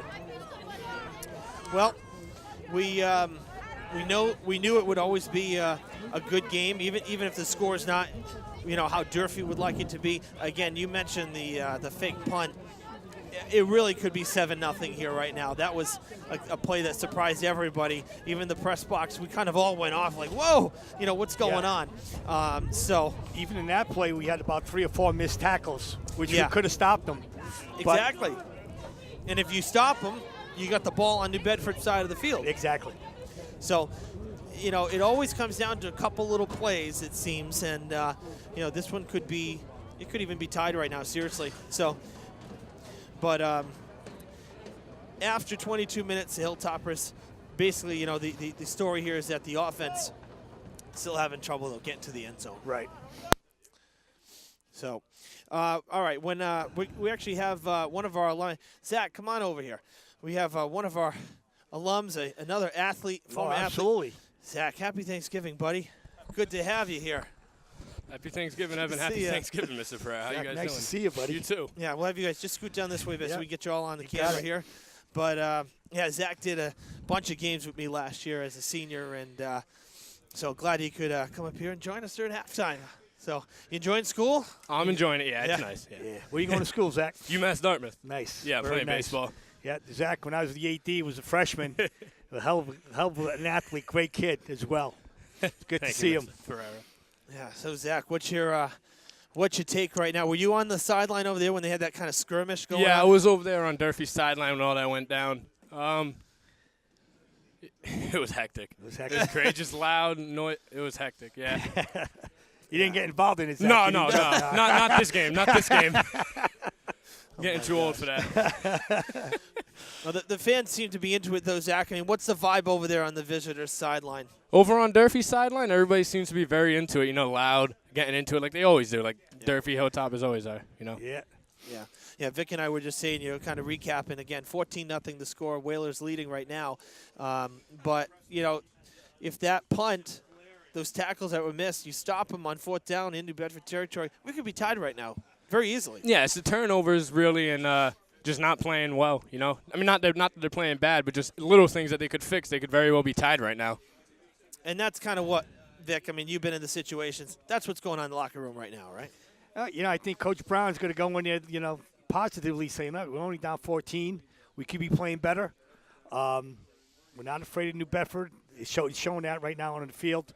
But the offense is going to come up with some plays. The defense is doing their thing. We need to step it up on the offensive end. Yeah, for sure. All right, well, Zach. So you went through the Fred TV program. You did a lot of games with me last year, obviously, and now over at UMass Dartmouth. So you guys, you must be getting ready. You must be looking forward to the spring already. With Yeah, baseball, I'm so right? excited for it. Yeah, we're getting ready in the weight room right now. We won't be getting back into it till about after Christmas break. We'll start going in full baseball, going through offenses and fielding and stuff. Right now, we're just in the weight room, getting big. Yeah, got to stay conditioned. Right, exactly, yeah. Exactly. Would you say the vibe is not the vibe, but would you say that it's a little more intense than high school? Absolutely. It's definitely the next level. Yeah, right? it's definitely more intense into it, but it's still fun. It's still a game. You have fun with it. Yeah. What has surprised you the most? What surprised me the most is the very incoming with it. I'm a freshman and they're not shying me away. They're very welcoming. Okay. That was actually very surprising and coming in. So you're fully in. You're Yeah, fully involved. Fully in, yeah. Absolutely. Cool. Well, I always knew you were going to do well, Zach. You always had a potential, even as a freshman. I knew you were going to be a hell of a player, and I'm so proud of you that you're at the next level at UMass Dartmouth. Just take it easy on my alma mater, East Connecticut, when you guys play them this year. Will do. Just for you.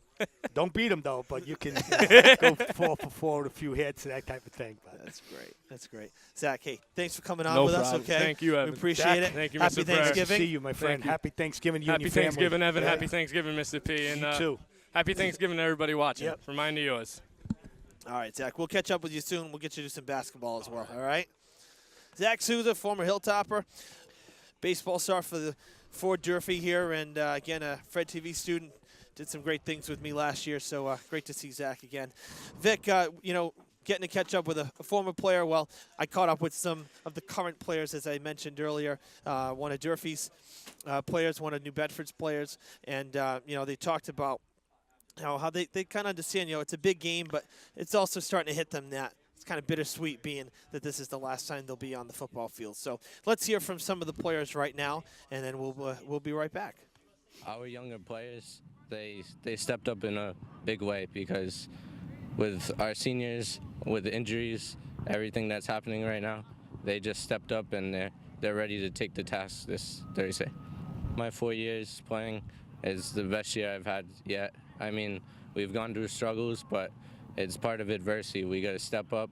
We got to get to the plate, and we got to win this. Just coming out and playing well football, we're going to prepare how we always do, It's going to come out, not worry about the weather, not worry about how cold it is, and just going to play football, come out with a win. Over the past years, I've made a close bond with a lot of seniors on the team, also juniors and everybody else on the team. So, yeah, it means a lot to me. And, Vic, I mean, obviously they kind of say it's business as usual, but come on, it's a little more than just another game, right? Right. Durfee, New Bedford Thanksgiving Day game, it's, there's nothing like it. Yeah. There's nothing like it. And especially if when you're a senior, this is going to be your last time, and it gets a little emotional, Yeah. Well, one thing we will tell you, because we are live here on Fred TV, there is no band performance. That's why it's kind of quiet here. They're doing a 10-minute half. They want to get the game going. It's too cold.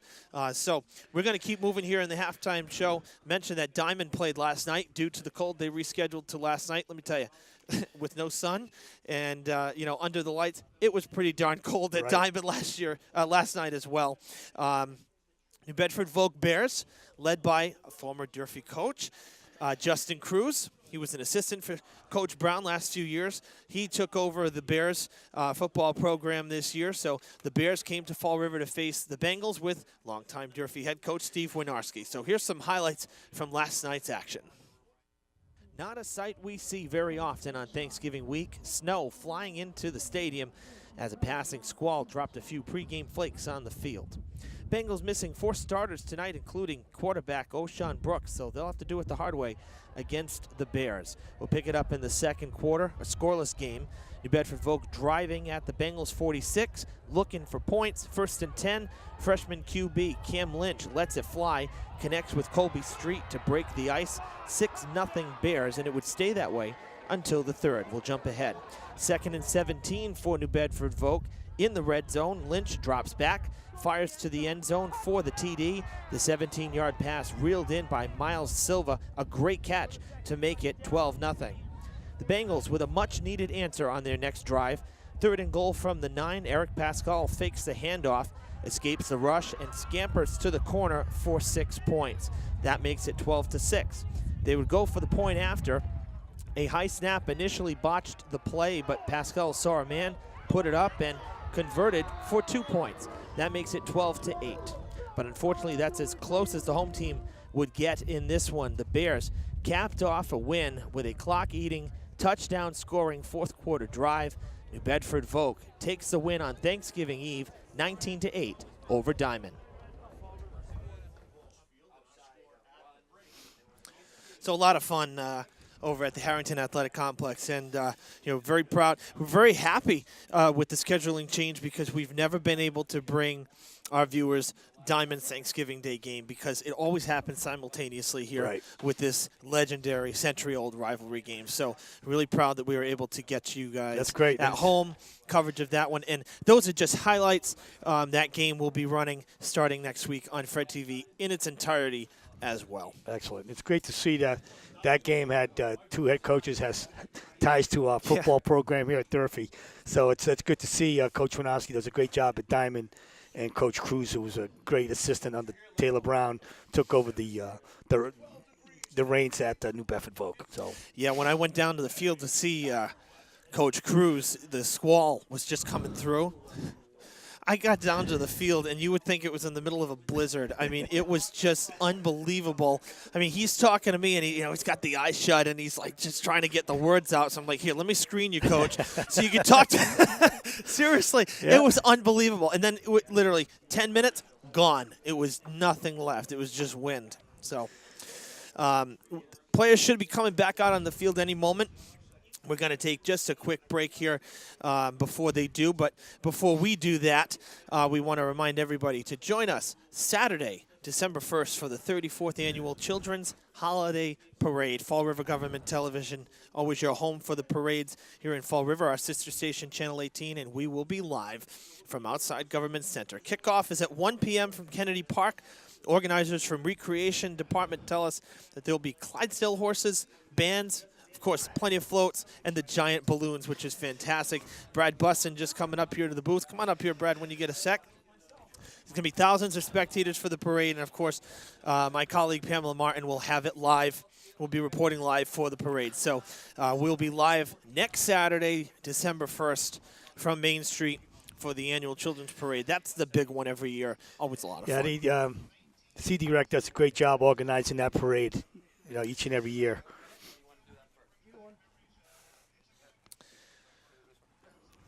Yeah, they certainly do, Vic, and, Grace Gerling over there at Recreation does such a good job. We got Brad Bustin coming on. Come on forward here, Brad. Thanks for coming up. How's it down on the field? Is it as cold as it looks? It is. It's a lot colder on the New Bedford sideline than the Durfee sideline because of the wind. And so I was standing on the Durfee sideline for a while, and I'm like, it's not that bad. Then I had to come over to the New Bedford sideline, and it was the wind is blowing right in your face. Yeah, we feel it here because our partners in the front row love to open the window, and it's just whipping right at us here. So, yeah. But we got a lot of layers on, though. Yeah. Not a bad game so far. 14-0. I think it could be worse. It could definitely be better, but the Hilltopper is not necessarily in a terrible spot. No, the fake punt hurt. Yeah. That was a good play by New Bedford, and I don't know if we were not necessarily ready for it. We just missed the tackle. Yeah. But that was a big play because it really should only be 7-0. But Durfee's playing hard. They're playing tough. We look at these games. They always mean so much, and the players pour their whole heart and soul into all these games. And it seemed we had Zach Souza on just a couple minutes ago, and he said the vibe down on the visitors' sideline, despite the score, is very positive. Would you agree? Yeah, New Bedford scored quick, so I think that was a little bit, I don't know, it was kind of weird feeling. And then Durfee got a stop, and then all of a sudden, you saw the momentum pick up a little bit. So I think they just got to realize that they can play with them, and just keep playing tough on defense, and then they just got to get a little bit, offenses. We've struggled on offense pretty much all year, so. Yeah. If we can keep the score right around here and then maybe start to move the ball a little bit, we can make it interesting. Right. Yeah. Sure can. Well, the Hilltoppers will have the ball to start the third quarter. They've made their way out. We're still waiting for New Bedford, too. So, Brad, we thank you for joining us. We're just going to take a quick break here on Fred TV. We'll stick around. Third quarter live next on Channel 9. Honor, courage, sacrifice, pride, our city. Fall River has traditionally been in the forefront of honoring our nation's soldiers, sailors, Marines, and airmen. Vietnam veterans took the initiative to secure rights to an 80% size replica of the Healing Wall for Veterans Bicentennial Park. The names of over 58,000 fallen heroes will be engraved on the 360-foot long replica wall. 100% of the money raised benefits the building of our Vietnam Veterans Memorial Wall in Fall River. Help build our wall, which is scheduled to open in 2020. The meaning, the spirit, and the value of the wall is everyone's. Be part of this exceptional, once-in-a-lifetime project.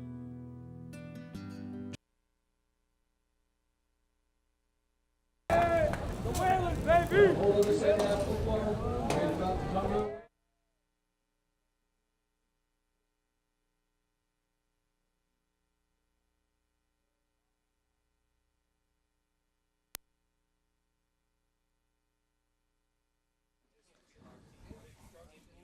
Okay, we are back here live at Paul Walsh Field in New Bedford for Thanksgiving Day football, joined now by Oliver McNeely from Durfee High School, one of our science teachers at the school. And Oliver, you also head the student government as well. So we wanted to have you on. Talk to us about some of the things coming down the pipeline. I know with Christmas there's a lot of volunteering, a lot of clothing drives, canned food drives, a lot of good initiatives that go on that the students kind of spearhead. So talk about some of the stuff you guys have coming down.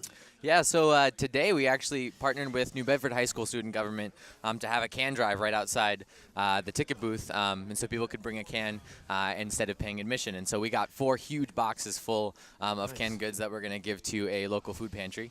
So that was the big thing that we were going for before this event. And now, yeah, Christmas is coming up, so we have some holiday drives going on at Durfee High School, and so we'll be sure to communicate out all of those as soon as we figure it out. We're also collaborating with a lot of the student groups that are already at Durfee High School, like the Giving Club and the Interact Club, who are already doing great things in the community. Beautiful. Nice. That's fantastic. Now, I mean, it's always important, and I know, from either our students doing news stories about stuff like that, or my colleague Pamela Martin and I doing news stories. Looks like the ball might have come loose. I don't know. We'll see. I think New Bedford may have it. We'll have to wait and see. They do. They do. But, all those initiatives are always very important. It keeps things positive, and you're doing something for the community. Exactly. So, all right, Oliver. Well, look, I know it's a quick visit, but we're back to the action. We appreciate you coming on. Thanks for coming up here. Oliver, and this is always good stuff. So, Oliver McNeely, everybody, thanks for coming up here, Oliver. Thank and we'll be stopping by. We'll be doing some stuff for you guys as well. Sounds great. Okay. Happy Thanksgiving, Happy everybody. Thanksgiving, man. Thank you. So a real tough start there. Again, we talk about little mistakes, Vic, and right out of the gate here, you get the ball to start the second half, and you cough it up. That is just not what you can do in a game like this, especially when you're down 14-0. There goes Cantu. Cantu taken down across the 30. I think Cantu's playing with something to prove, against his old teammates, that he wants to come out and have a big game, and he's doing it. Well, again, we had gotten word that he was a little over 100 yards shy of 1,000 as well. So, additionally, going against his former team, he's also got that milestone that, you could say you think about it or you could say you don't think about it, but, it's always in the back of your mind when you have a chance to do something that, few people get to do. So, Hilltoppers starting the second half. Not how they wanted Cantu. There is a flag in the backfield, but Cantu going down the field. Stiff arms goes down at the 5. But again, it's a flag way back at the line of scrimmage. So let's wait and see what happens here. I think it might be coming back. Might be a hold. It is a hold on the offense. That is a huge penalty against the Whalers and a major break for Durfee, really.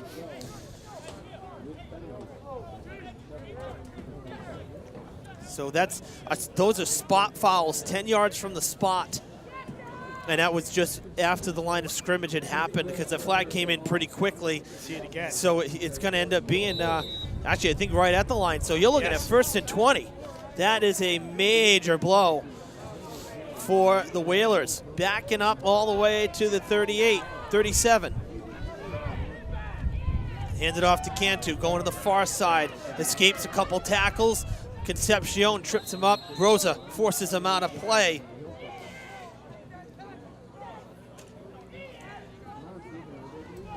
Not a bad run on 1st down, but not a ton of yards. Defense held Cantu to the outside there. Yeah, force him out. Up the middle, we've seen some decent success for both sides running the ball, which I'm kind of surprised by. Actually, you would think going through the bodies is going to be more difficult than rolling out where you got some separation on the sideline. I mentioned that even last night because Diamond was it was the same thing with Diamond. Cantu has some room. Dragged out by number 27 of the Hilltoppers, the 1st down and then some. And that's where Cantu's having more success, is running down the middle, opening up those holes, and then finding his alleyways to the side. And I'm telling you, they're having a difficult time stopping Cantu. Yep, not how the Hilltoppers Yeah. needed this second half to begin. They made some real good defensive plays in that first half, and particularly towards the end, to keep New Bedford off the scoreboard after putting up 2 touchdowns already. Cantu bouncing off the line, dives forward to the 10. And then, you're getting the ball to start the second half, and then what happens? Well, a fumble on the return. And I mean, you got to, again, it's hard to hold the ball, I'm sure, with the cold, but you also got to credit New Bedford because they're hitting just as hard as Durfee right now. Oh, absolutely. I mean, this is the defenses on both sides have been, in my opinion, the story, because the offenses have both, while shown some decent signs of life, New Bedford a little more than Durfee, but, for the most part, I'd say the defenses have kind of controlled the pace of this game. Passing, far side, complete, turning, heading toward the end zone, down inside the 5. That was to Joseph Johnson, number 6, a linebacker, as an eligible receiver. Oh, I stand correct. That was number 5. Again, the 5 and 6 is kind of blended together. That was Barron Hilton.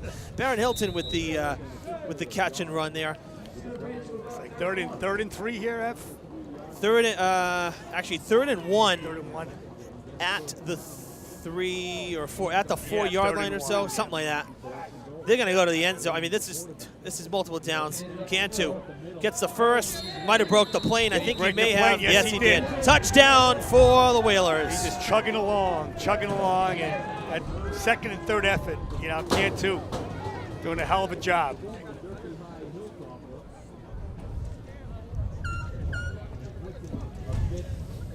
I mean, and we all know how it goes, too. You got to break the plane. That's all that you got to do when you're a runner. So all you got to do is reach across that line, and you're in. It seems like, again, New Bedford scored that beginning of that first quarter. Yep. And now they scored in the beginning of the third quarter here. They did it at the beginning of the second, too. It's been every quarter they've found the end zone to start it. Play whistle dead before the kick. And it was a bad kick as well.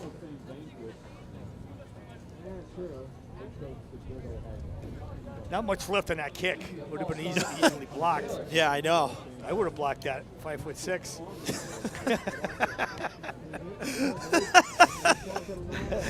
Oh, man. They're going to back up 5 yards. You got some attention out of that remark. That was pretty funny. Oh, that's a great kick, but I think it might have sailed out of, yes, it did. It went wide left. First miss of the day for Whalers kicker. 20-0 the score. Yep. 7:02 to play in this third quarter. 4 minutes in. And we'll talk. Let's see how Durfee does, how they respond now to that fumble New Bedford scored. So this is a very important time now for Durfee to regroup and keep the team together, or could you say, it's all over and just pack it in? So right now it's a big test here for the Durfee Hilltops. Yeah, and I mean, it's not in Durfee's nature to call it quits. That's never the case, and I don't think you'll see that happen. So these games, they always come down to the wire. This one, it's very New Bedford heavy. If you look back, the last 4 years, let's not include this one because it's still going. Last 4 years, 2-2 records for both teams. So Durfee's won the last 2. Before that, New Bedford had won 2.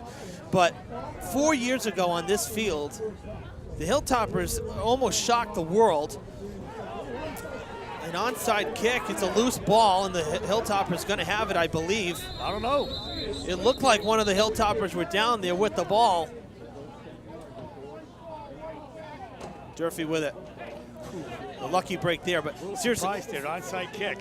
4 years ago, this game went to overtime. Yes.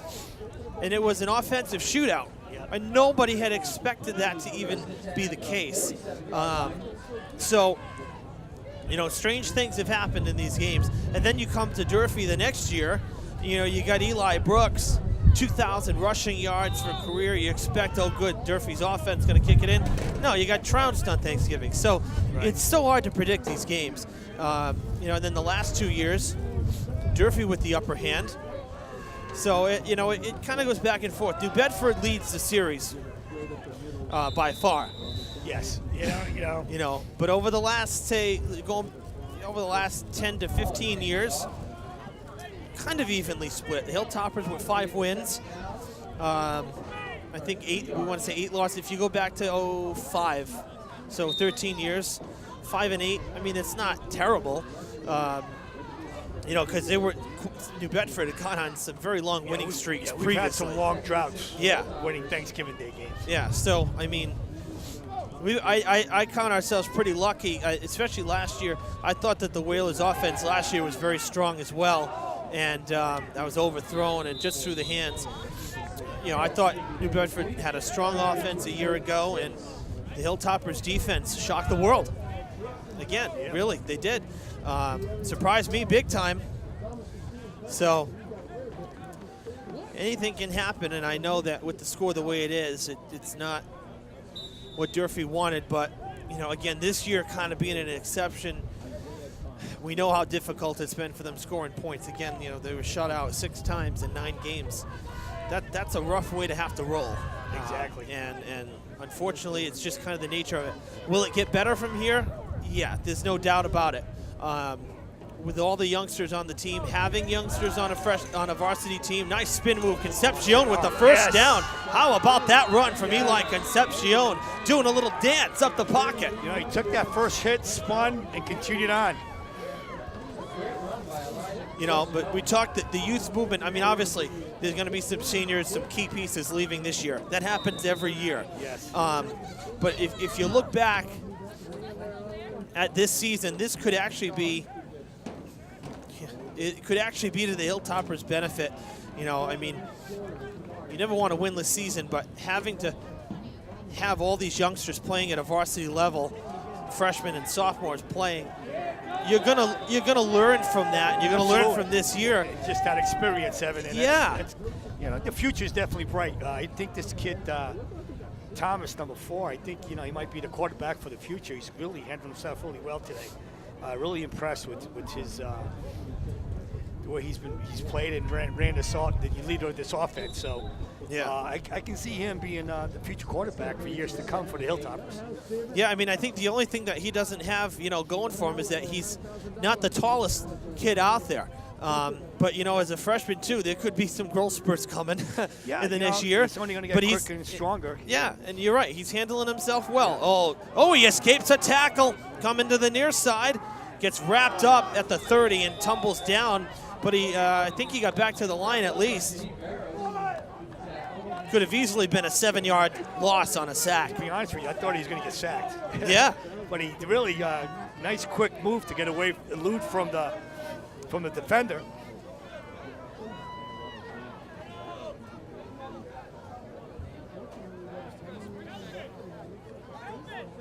Yes. Looks like a face mask penalty on that tackle. Well, that's going to put put them in great field position. Dealing with the window panes here. That's the only negative on the second level. Yes, yeah. Couldn't see the official. I didn't even see the flag. But they, he did. Thomas did kind of get thrown down there. Here's the replay. Let's see. Oh yeah, right in the face. And thrown right down to. Yeah, right in front of the official too. So I mean, you gotta. If you're gonna try to get away with something, don't do it right in front of the pinstripes. Really no need to face mask there. You had them tackled. A very undisciplined play by the New Bedford defensive player. Timeout for the Whalers. That play there. I don't think Coach Brittle was happy with that play. No, because it puts Durfee down inside the red zone. If I'm not mistaken, for the first time today. I think so. Knocking on the door, Evan. Let's see if they can finish it here. Answer the call. Yeah, this needs to happen for Durfee, just from a confidence standpoint. Absolutely. Okay, I mean, you don't want to get shut out, and you got the ball at the 15. You got to get there. Got to get to the end zone, and at least get some points on the board.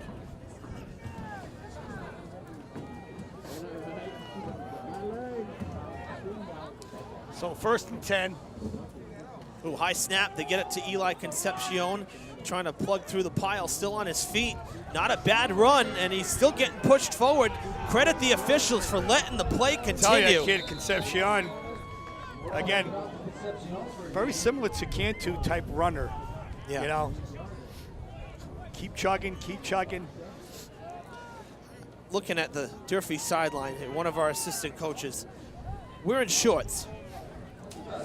I'm cold looking at him. Yes. But I don't know if he sees any palm trees up ahead. I don't know. My gosh. But no, seriously, Concepcion, yes, a great runner. And I want to give credit to the officials there, because so often you see play whistle dead and they're still fighting, still going. Right. They let that go. Durfee got 3 extra yards thanks to the push. So that was big.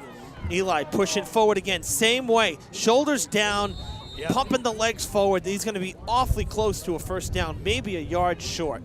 But it's going to be very close. We're getting to that point, the angles are kind of tough. Yes. But had to get to the 6, and the linesman practically there. So, I mean, we may be talking a foot. And it's 4 down at this point, of course. 4 down territory, no doubt. Yep. I'd say third and maybe inches. This is not even a yard, I don't think. And that's the first down. They handed it off to Montero, and he gets the first down. The linesman running in at the 5-yard line. That's good enough. 1st and goal for the Hilltoppers. I'm knocking on the door here, Evan. Let's see if they can complete the task here and get the ball to the end zone. It'll be a big boost of morale here for that offensive squad to score here right now. Yeah, and you hope it would charge up the defense a little bit too, knowing that, hey, we just scored. Let's get on the field and get off again real quick. All right, gonna go same setup here. Thomas under center. Montero and Concepcion. They'll pitch out to Concepcion. Montero, the key blocker. Touchdown for the Hilltoppers. Concepcion with a 5-yard run. That's a big answer for Durfee. Nice job. Great play there. Offensive line did a nice job and turned the corner, and you couldn't stop it. And the key right there was Montero. They had them lined up, and Montero was the key blocker.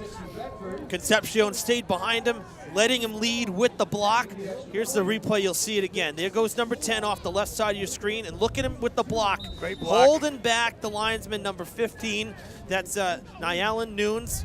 Actually, he's defensive back. That's a big play right there. Hilltoppers on the board, 20-6, and they're going to go for 2 here. They're going to do the same play, but this time Nunes gets his revenge, denying Concepcion of 2 more points. But still, again, that's a big drive. Onside kick. They're trying to catch you napping. You get lucky. You got the ball because it was very close. Yep. They got that penalty. That also did help, of course. Well, but they took advantage of that face mask penalty. Yep. And then some great running plays by Concepcion. Yep. Put some points on the board. That was a big drive for Durfee.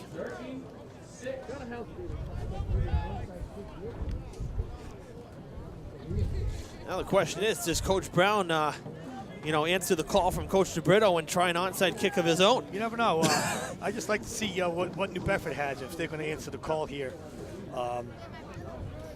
Right now, Durfee started at the second half with the turnover. Yep. But they responded. They responded, but see that's the killer is that you don't have that turnover. Let's say theoretically, you get down the field and you score. Now it's 14-6. It's not 20-6. Correct. The turnovers you have to limit the turnovers, and that was a bad one right there to start. Yeah, you can't afford it with a great team like New Bedford. You can't give them those opportunities. No, and again, New Bedford has come in hot. I mean, looking at the schedule here, 5 of 6 they've won. And it started with Bishop Feehan back on October 6th. They're going for the onside. I don't think they didn't even go 10 yards. So that's a problem. But I mean, Feehan, 38-34. Dartmouth, 30-12. Brockton, a shutout against the big bad Boxers, 18-0. They lost to Natick. That was a state tournament game, 21-12. then Milford, 34 points again on offense. Brookline, 36 points. I mean, these are some good teams. Right. You know, in particularly, I look at the Brookline one because you know, any of those Boston area teams, always tough. Yes. Always tough. So I mean, that's a lot of points on offense over that stretch. Right. And the fact that Durfee's held them to 20, you know, 7 of which, again, you could say was kind of on a fluke because of that the fake punt. Yeah. So, a loose ball again. I tell you, the cold. Yeah. I'm telling you, the cold hands. Yeah. The fingers are numb by this And point. it looked like the timing was off there on that handoff. Yeah. Going back to that onside kick, you know, I don't know if that was the right idea. I would have tried to kick that ball off, and you know. Yeah, I mean, you got 2 minutes Yeah, left. You got 13 minutes of game time left. I mean, I was just kind of being facetious because I figured, hey, you know, anything you can do, I can do better. But, you know, realistically, see, I guess let's think about it this way, right? The kickoffs have only been going, say, about 20 yards or so. Right. So what do you got to lose? If they're going to run it back, they could be at the same spot. I mean, I don't think it's a bad call, but I was a little surprised. I really didn't think they would do it. Yeah, just giving them that good field position right from the onset. Yeah. You know. I mean, he had good touch on the kick, too. It just didn't go far enough. I mean, he yeah. had the right idea, the bounce, getting it to the sideline, kind of, you know, just topping it with the foot. So it wasn't a bad kick, per se. It just didn't work out. Going to be 3rd and about 5. 3rd and 5, just less than 5, short 5. Be a great time to try to stop him here defensively. Well, not happening there. There goes Cantu. Gets dragged down at the 20. Cantu, I tell you, he's the MVP of this game thus far. He just can't stop. He can't stop. There it is. There's the word. Latrell Cantu has hit 1,000 yards rushing with that on the season. Congratulations to Cantu. Again, I say it again. Would have been nice to have him on the Hilltoppers team this year. Did he transfer to New Bedford 2 years ago? Yeah, actually, I think it was this past year because he was on the team last year. I see, Mr. Toppy. I got maybe some recruiting violations going on. Allegedly. No.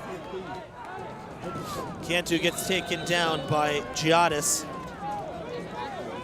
So that's no. Either way, that's a nice milestone, and absolutely. And he adds to his career, which did start at Durfee again as a QB. I was there when I was the AD. He was a great kid. Yeah. I know he had the potential. Oh yeah. And it's great to see that he took advantage of his athleticism, and again, I congratulate him on a great accomplishment. Yeah, and you know what, too? Given what he's done just this season, I mean, you combine his other scores. I mean, he has to be easily, because he would run it with as a QB as well. Has to be over 1,500 for his career. Just speculating here, but he's got to be around there. I'm sure in 3 years playing that he had gathered up at least 500 yards. Yes. You know, he could even be close to 2,000. We have Giottis is down on the turf again, you know, had some knee issues. You see the shot right there, and it seems to be hurting pretty good. That's not good. No, it's not. Although he's getting up. Very important. Well, he's walking it off. That's good. I'm glad to see that because, man, the kid's been a fighter all year. Clock stopped at 7 seconds here in the 3rd. Whalers looking to strike again. Behind the legs of Cantu.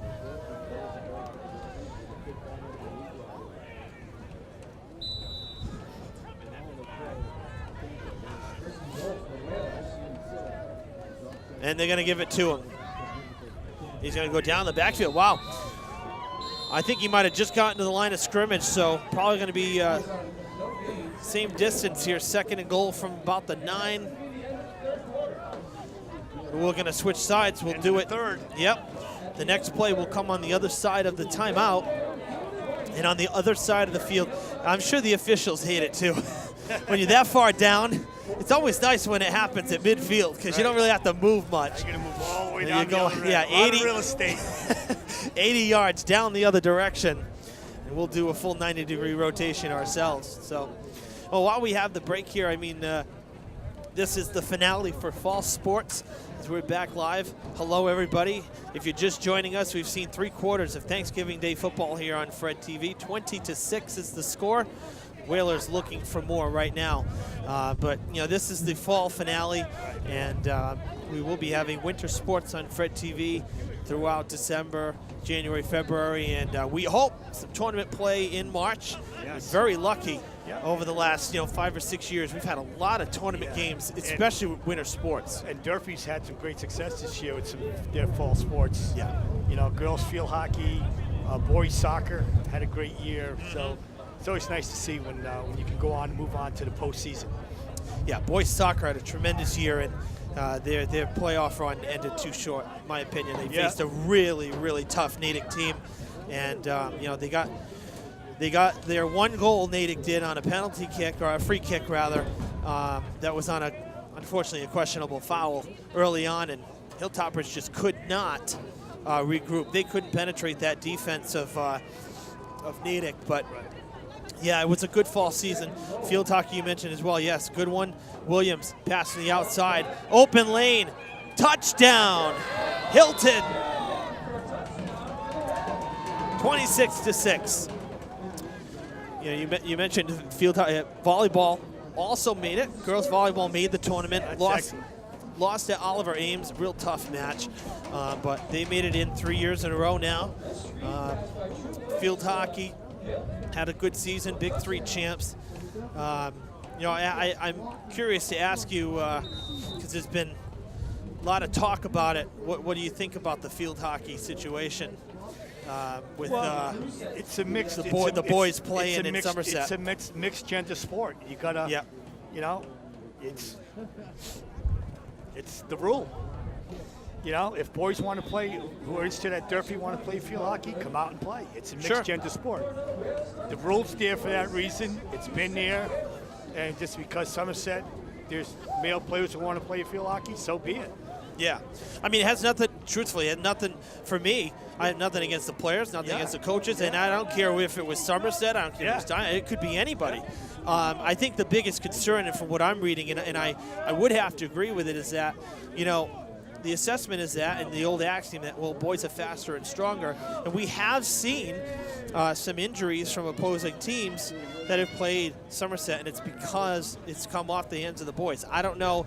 You know, I haven't been at those games, I think, but you know, the way I look at it is field hockey's a very skillful sport. Sure. Oh, absolutely. And if you have the skill, you can play. You know. Yeah. It's not like a game where it's hockey where you're going to check people off the ball and you know, it's field hockey is a very skillful sport. So not only, you know, could you be a little faster, stronger, yes, but at the end of the day, you need the skill. To play. I mean, truthfully, it would be nice if they, you know, I mean, when we say it's a co-ed sport, it is 99.9% girls. But there is nothing, there's nothing that says that boys can't play. But, you know, if there's interest, it would be nice to see them, you know, start a boys field hockey league. Seriously, I mean, there's boys and girls lacrosse. Dartmouth has boys and girls lacrosse. That is a nice run. Nice run. You know, and same with, you know, another example, the Diamond girls volleyball team, they actually had a boy playing because Diamond doesn't have boys volleyball. But, you know, why not in a situation like Fall River where you have multiple high schools, you have the Vogue Tech School, you have Conley, and you have Durfee, you know, why can't there be a co-op there where the boy can come and play for Durfee? I mean, we've seen that with hockey, we've seen that with football programs. You know, why have the lone boy who wants to play volleyball have to play on the girls team? Why not let him be able to go play at the other school in the city? Well, that's maybe something that the MIA might need to look at, you know. I would agree. I think that's the thing. I think what everyone's looking for is some clarification here, because all I keep seeing, again, we talk about skill, but everything I'm reading about, you know, having boys play in playing field hockey in a primarily girls sport is that, you know, it's an unfair advantage. and the boys are playing, more physical than the girls, then someone's going to get hurt. Maybe you need to change the rule there, that Yeah. they do play in more of a defensive type position instead Maybe. of an offensive type position. Maybe. For Diamond with the girls, the rule is if a boy's playing the basketball, playing girls volleyball, is that basically he has to play the back line. He cannot play up front. Correct. So you're right. Maybe there's something there. I don't know. I mean, I know it sparked a lot of controversy, and you being a former AD, I'm kind of curious to see what your take on. Yeah, because I mean, again, if the as- kids as are working that- hard, at the end of the day, it's having kids participate in the yeah, sport. and that's I'm all for that. That's been the mission of the MIAA. Yeah. And I understand it and I get it. But is every rule a perfect rule? No. Yeah. And maybe they need to tweak it a little bit on having, if they're going to do that, having the male players play, back, over a defensive type position. Well, but if Somerset Berkeley didn't win a state championship, we probably wouldn't be talking about it right now, right? No, well, exactly. And like I said, it has nothing to do with Somerset. Yeah. It could be any school. Right, any school. But this was being talked about. They've been put out in the forefront. They have. The fact is that they've been playing throughout the tournament and won a state championship. Yeah. Because of having two males on the team. Yeah. And I mean, I will say, though, this has been talked about. It was in the news, during the regular season too. Right. But you're right; it's amplified because of the state title. Right. Well, I get that. Obviously, that's going to happen. You see, Jan Rosa. We were just talking. While we were talking, there was a pass play. We saw a flag. I think it could be a pass interference. And that's what it looked like. Yeah, Rosa, who again, another one who was fighting with injuries throughout the season. Getting up with a bit of a limp. He will walk off under his own power, but another battered and bruised Hilltopper having to come off the field for this next play. But if that pass interference call is what I think it's going to be here, I didn't see an official call yet, but it's going to definitely move the chains. Move the ball. Oh yeah, it's going to move down the field a little bit more as we're into this. 10 minutes and 30 seconds left in this game.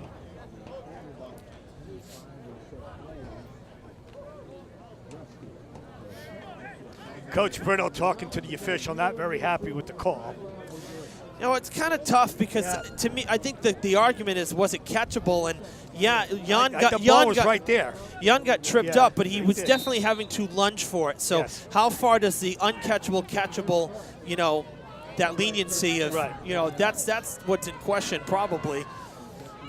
I'm going to run it, Concepcion.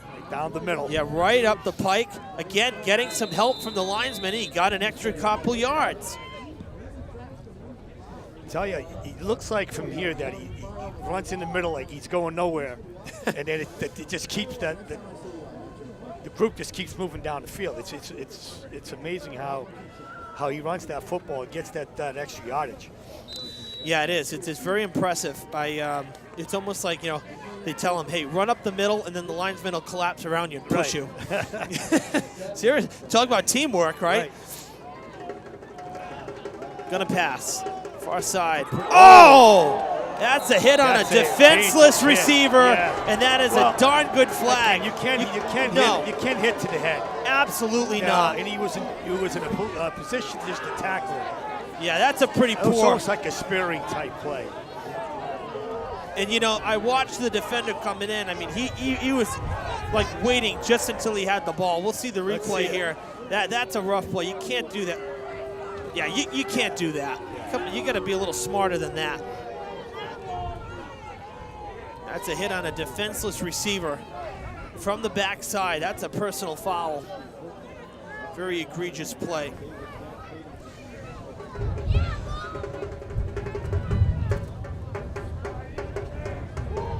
That's going to give Durfee another good chunk of yards.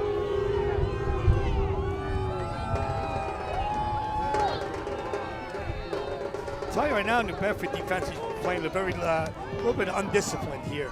We had the face mask call on this side, end of the field. Now that type of spearing call. Yeah. Those mistakes again. It's really no need. Maybe they're just feeling they can play a little more aggressive. They have the lead, and they probably just feel like, hey, it's going to stay that way. Thomas juking around the linesman. I tell you, this kid Thomas is showing me some stuff today, Evan. Though he looked at Concepcion on this near side, and Eli's all alone waiting. Yeah. And then he went the other way, so I'm not sure if... They kind of saw that big guy coming at him, You know, Maybe. That was kind of not strange. thinking that he can throw the ball over the top. You know? But I like his composure in the pocket. There's no question. Yeah. Well, 2nd and 10. The clock continues to roll. We're under 9 minutes to play here. Thanksgiving Day.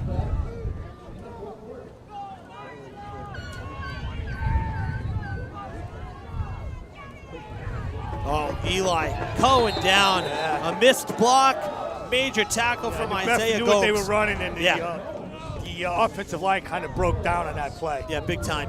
Lost yards. A lot of yards. third and they lost 7, so 3rd and 17 coming up. Like now. they're 3rd and 7. You know, you try to run just a normal play, like keep running Concepcion down the middle. Yeah, they didn't go for it on 4th down. What do you got to lose? Now they set you back even more. So.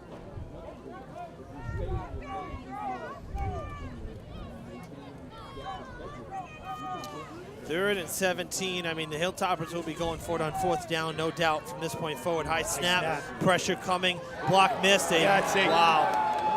Yeah. Now we're near. He should have got rid of the ball and thrown it.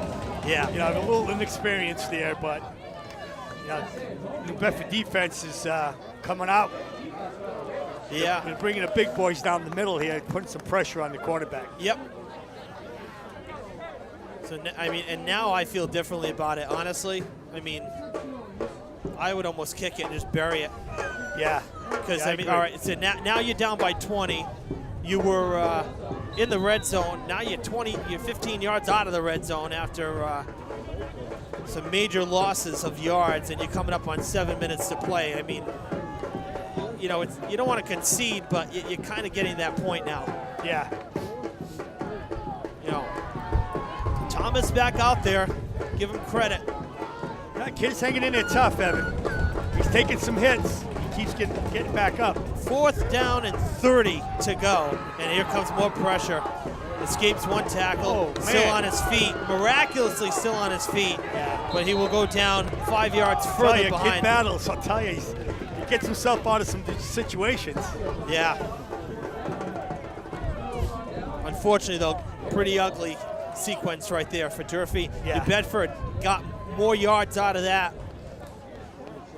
And they're going to start at their own 40. Hilltoppers were down inside the 20. And 3 outstanding defensive plays backed them up over 20 yards. 6:45. And hoping that the Whalers, I'd say probably just about for everybody, hoping that the Whalers just kind of run the ball. Right. Sure, everybody's cold. You can get the feeling. Oh, Williams going to pass it, and he's going to run himself.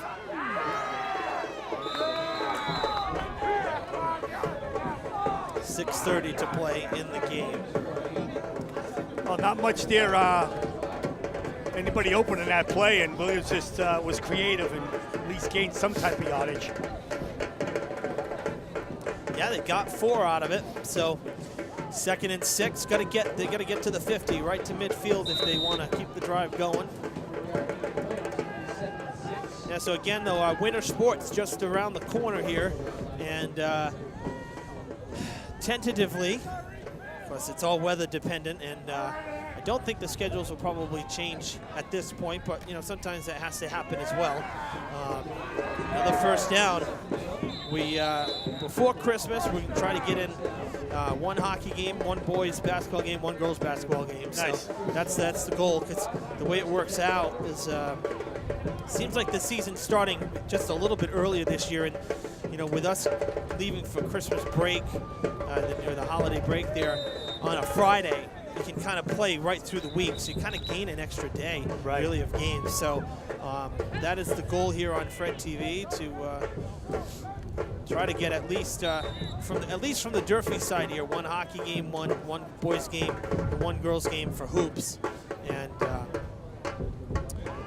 then when we get back in January, you know, we'll kind of spread the field out a bit too. Get to Diamond Regional for some basketball as well. The Bengals have had some good success the last couple of seasons with basketball. Hockey, not so much. I mean, we'll cover them, obviously. That's not a question. But I know over the last couple of years, it's been a bit of a struggle for the hockey's Bengals. a struggle. I know New Bedford High School dropped their hockey program. I know. For the last two Shocking. years, 3 years, yeah. Shocking. But it's just the numbers, you know. And Yeah. hockey, being a former athletic director, it's a big piece of your budget with ice time, and so. And you it's gotta costly for the players, too. It's the cost effective. Is it cost effective? You know? Yeah, I remember you telling me what it costs for just ice time, yeah. and that I was like appalled. Yeah. It was absolutely stupid what you guys have to pay, what programs have to pay for ice time. I really and what shocked me about it more than anything was, I mean, no offense, but Driscoll isn't that great. Okay, No. you look at Gallo Arena out in Bourne, and that place is absolutely beautiful. phenomenal. And you have Driscoll with ceiling wrapping hanging and yeah. poor lighting, and it's So- just not a great facility. So given how much they're getting from the schools, I find it shocked that they haven't at least kept the place up. Flag and play, yeah. I think a loose ball too. Durfee's got it. They do with Well, again, the 3:49 defense answered the call here. or 3:49 to play. 3:49. Yeah. So I don't know. That you're right though. Hockey that was a shocker to me when you told me that. Yeah. Yeah. So it's Durfee hockey's hanging on. Coach Robinson does a nice job. Yeah. When I was there, we had to, in order to save the program, we had to co-op with Westport, which Yep. was successful, and I think Brad is continuing on that type of philosophy of trying to keep the program running. Yeah. And you try all you can with the resources that you have, and if you can't do it, then you got to make that decision. Yeah, and there's a lot of co-ops because Apponequet teams up with Conley for the couple Yes. of Conley players that play, and then same with Diamond where they had their success. Right. They had Brett Jordan and Jay Sylvia, who were Nice run. both case players, Right. and they were phenomenal. They were great players. That was the year that Diamond made it to the South semis. Yes. And they lost to Stang, which was kind of a shocker. Yeah. But that was over at Gallo, and they were a good team that year. Another great run by Concepcion. This kid is impressive.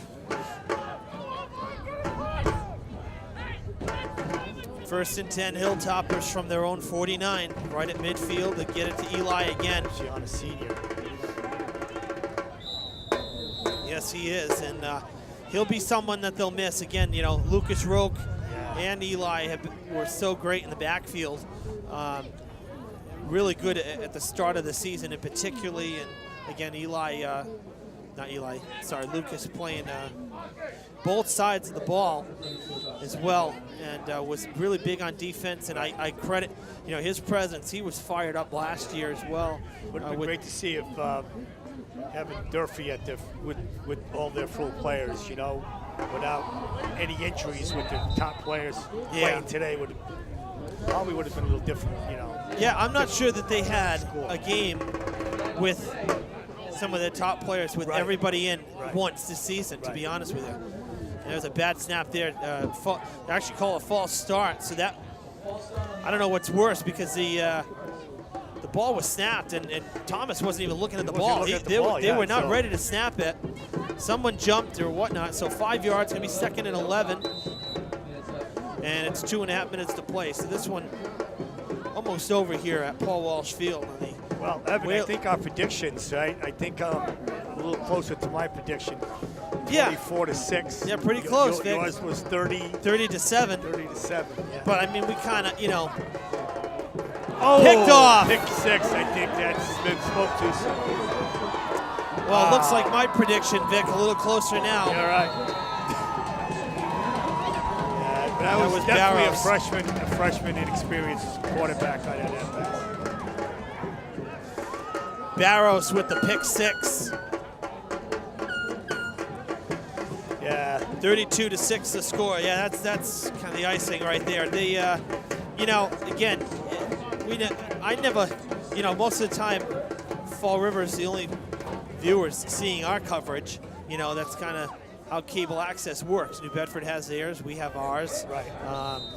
But regardless, you know, we always try to stay unbiased, and I don't like picking against, you know, the home team, but I mean, given the struggles offensively, I just didn't know. I just did not think we could. And having Durfee not at full strength, haven't been at full strength for a very long time. Of course. So, you know, you know, realistically, as much as you'd like to say, yeah, Durfee's going to come in and put up 40 points, yeah, it wasn't going to happen this year. And I think we were kind of on the same page. How talented New Bedford was this year as well. Yeah. So, you know, this is one of those seasons that, you know, a winless season, it stinks. You know, it's not a good thing. No one wants a winless season, but Durfee's going to build on this because, again, I think there's definitely some promise with the youngsters on this team. There's a lot of freshmen on this team, looking up and down the lineup, and a lot of sophomores too. So this is a very young team, and knowing the type of coach that Coach Brown is, sure, you know, he'll be ready. He'll get these kids ready, you know, off-season conditioning, get them ready for next fall. Yeah, without a doubt. So the Whalers will kick off to the Hilltoppers.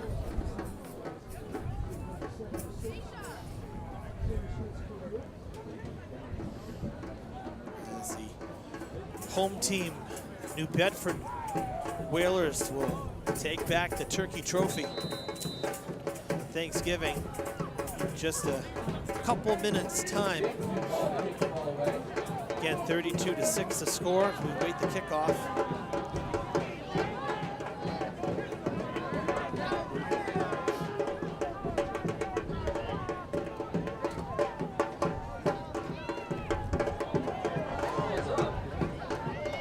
That's a good kickoff. It was. Concepcion takes it, gets around the defender, coming back up the middle, cutting left and right, spinning, still on his feet across the 30. Nice return. Yep, big return. I'll tell you, I'd like to know, Eli's got to be over 150 yards today. He might be close to 2. So, both running backs on each team, their stock running backs both had health games today. Yeah, very prolific. Really. Concepcion is down here, slow to get up. Well, you know, so when you do those spins, if you don't land just right, you can really twist something up, especially when you're getting a hit, and that's the fear with those. He's okay, kind of walking a little gingerly, but not really a limp. So looks like he'll be okay. You know, today's broadcast just the end of what's been a busy but fun week at Fred TV. Of course, we had the pep rally yesterday. Did you guys get to tune in at Talbot? Yes, live? we did. Good, good, because we, of course, we had that going live to all the schools. That's like a great idea. That's a great concept, and yeah, we, you know, it went pretty smooth. You know, whenever you're doing live stuff, you always have some unexpected glitches at first, but you know, we always able to hammer those out, make sure everything's running smooth, and that's big credit to my other colleagues down in the truck today. They're the technical guys. I wish I knew as much as them. They're behind the scenes. Seriously, they make it happen. Mike Ferreira, Alex Mello, and you know, and Scott, of course, being down there too. I mean, this is just very smart guys, great guys to work with. So, you know, just a shout out and a big thanks to them as well for, hey, you know, I don't think we've ever done this live on the road. So as technology evolves and we can do more, this is, exactly, at least as long as I've been doing it, this is my 7th football season. This is the first time we've ever been live on the road, and really proud that we could do that for you. Well, you guys do a great job, Fred TV, what you guys do for athletics, not only at Durfee High School, but at Diamond Regional, and what you guys do to get our student athletes the recognition that they deserve is tremendous, and we appreciate that. That's what it's about, and you know, again, Durfee has always been on board, given the relationship with us being there, and Keith Allen over at Diamond has, from day one, been fully supportive of it, and believe me, where we are wanted, we will always go. And Diamond has stayed on board, and they have made it clear they want us there, and they appreciate it. So we're happy to be there. As Durfee's last play from scrimmage, it appears, is going to end up with a major loss. Less than 10 seconds, and that's going to do it for Thanksgiving 2018. The Whalers back on top in this rivalry, 32-6. New Bedford beats Durfee. Teams will shake hands. It was a pretty close first half. Second half, not as much. Yeah, second half, but Durfee definitely got outmanned. And Bedford showed that they were the superior team. There's no question.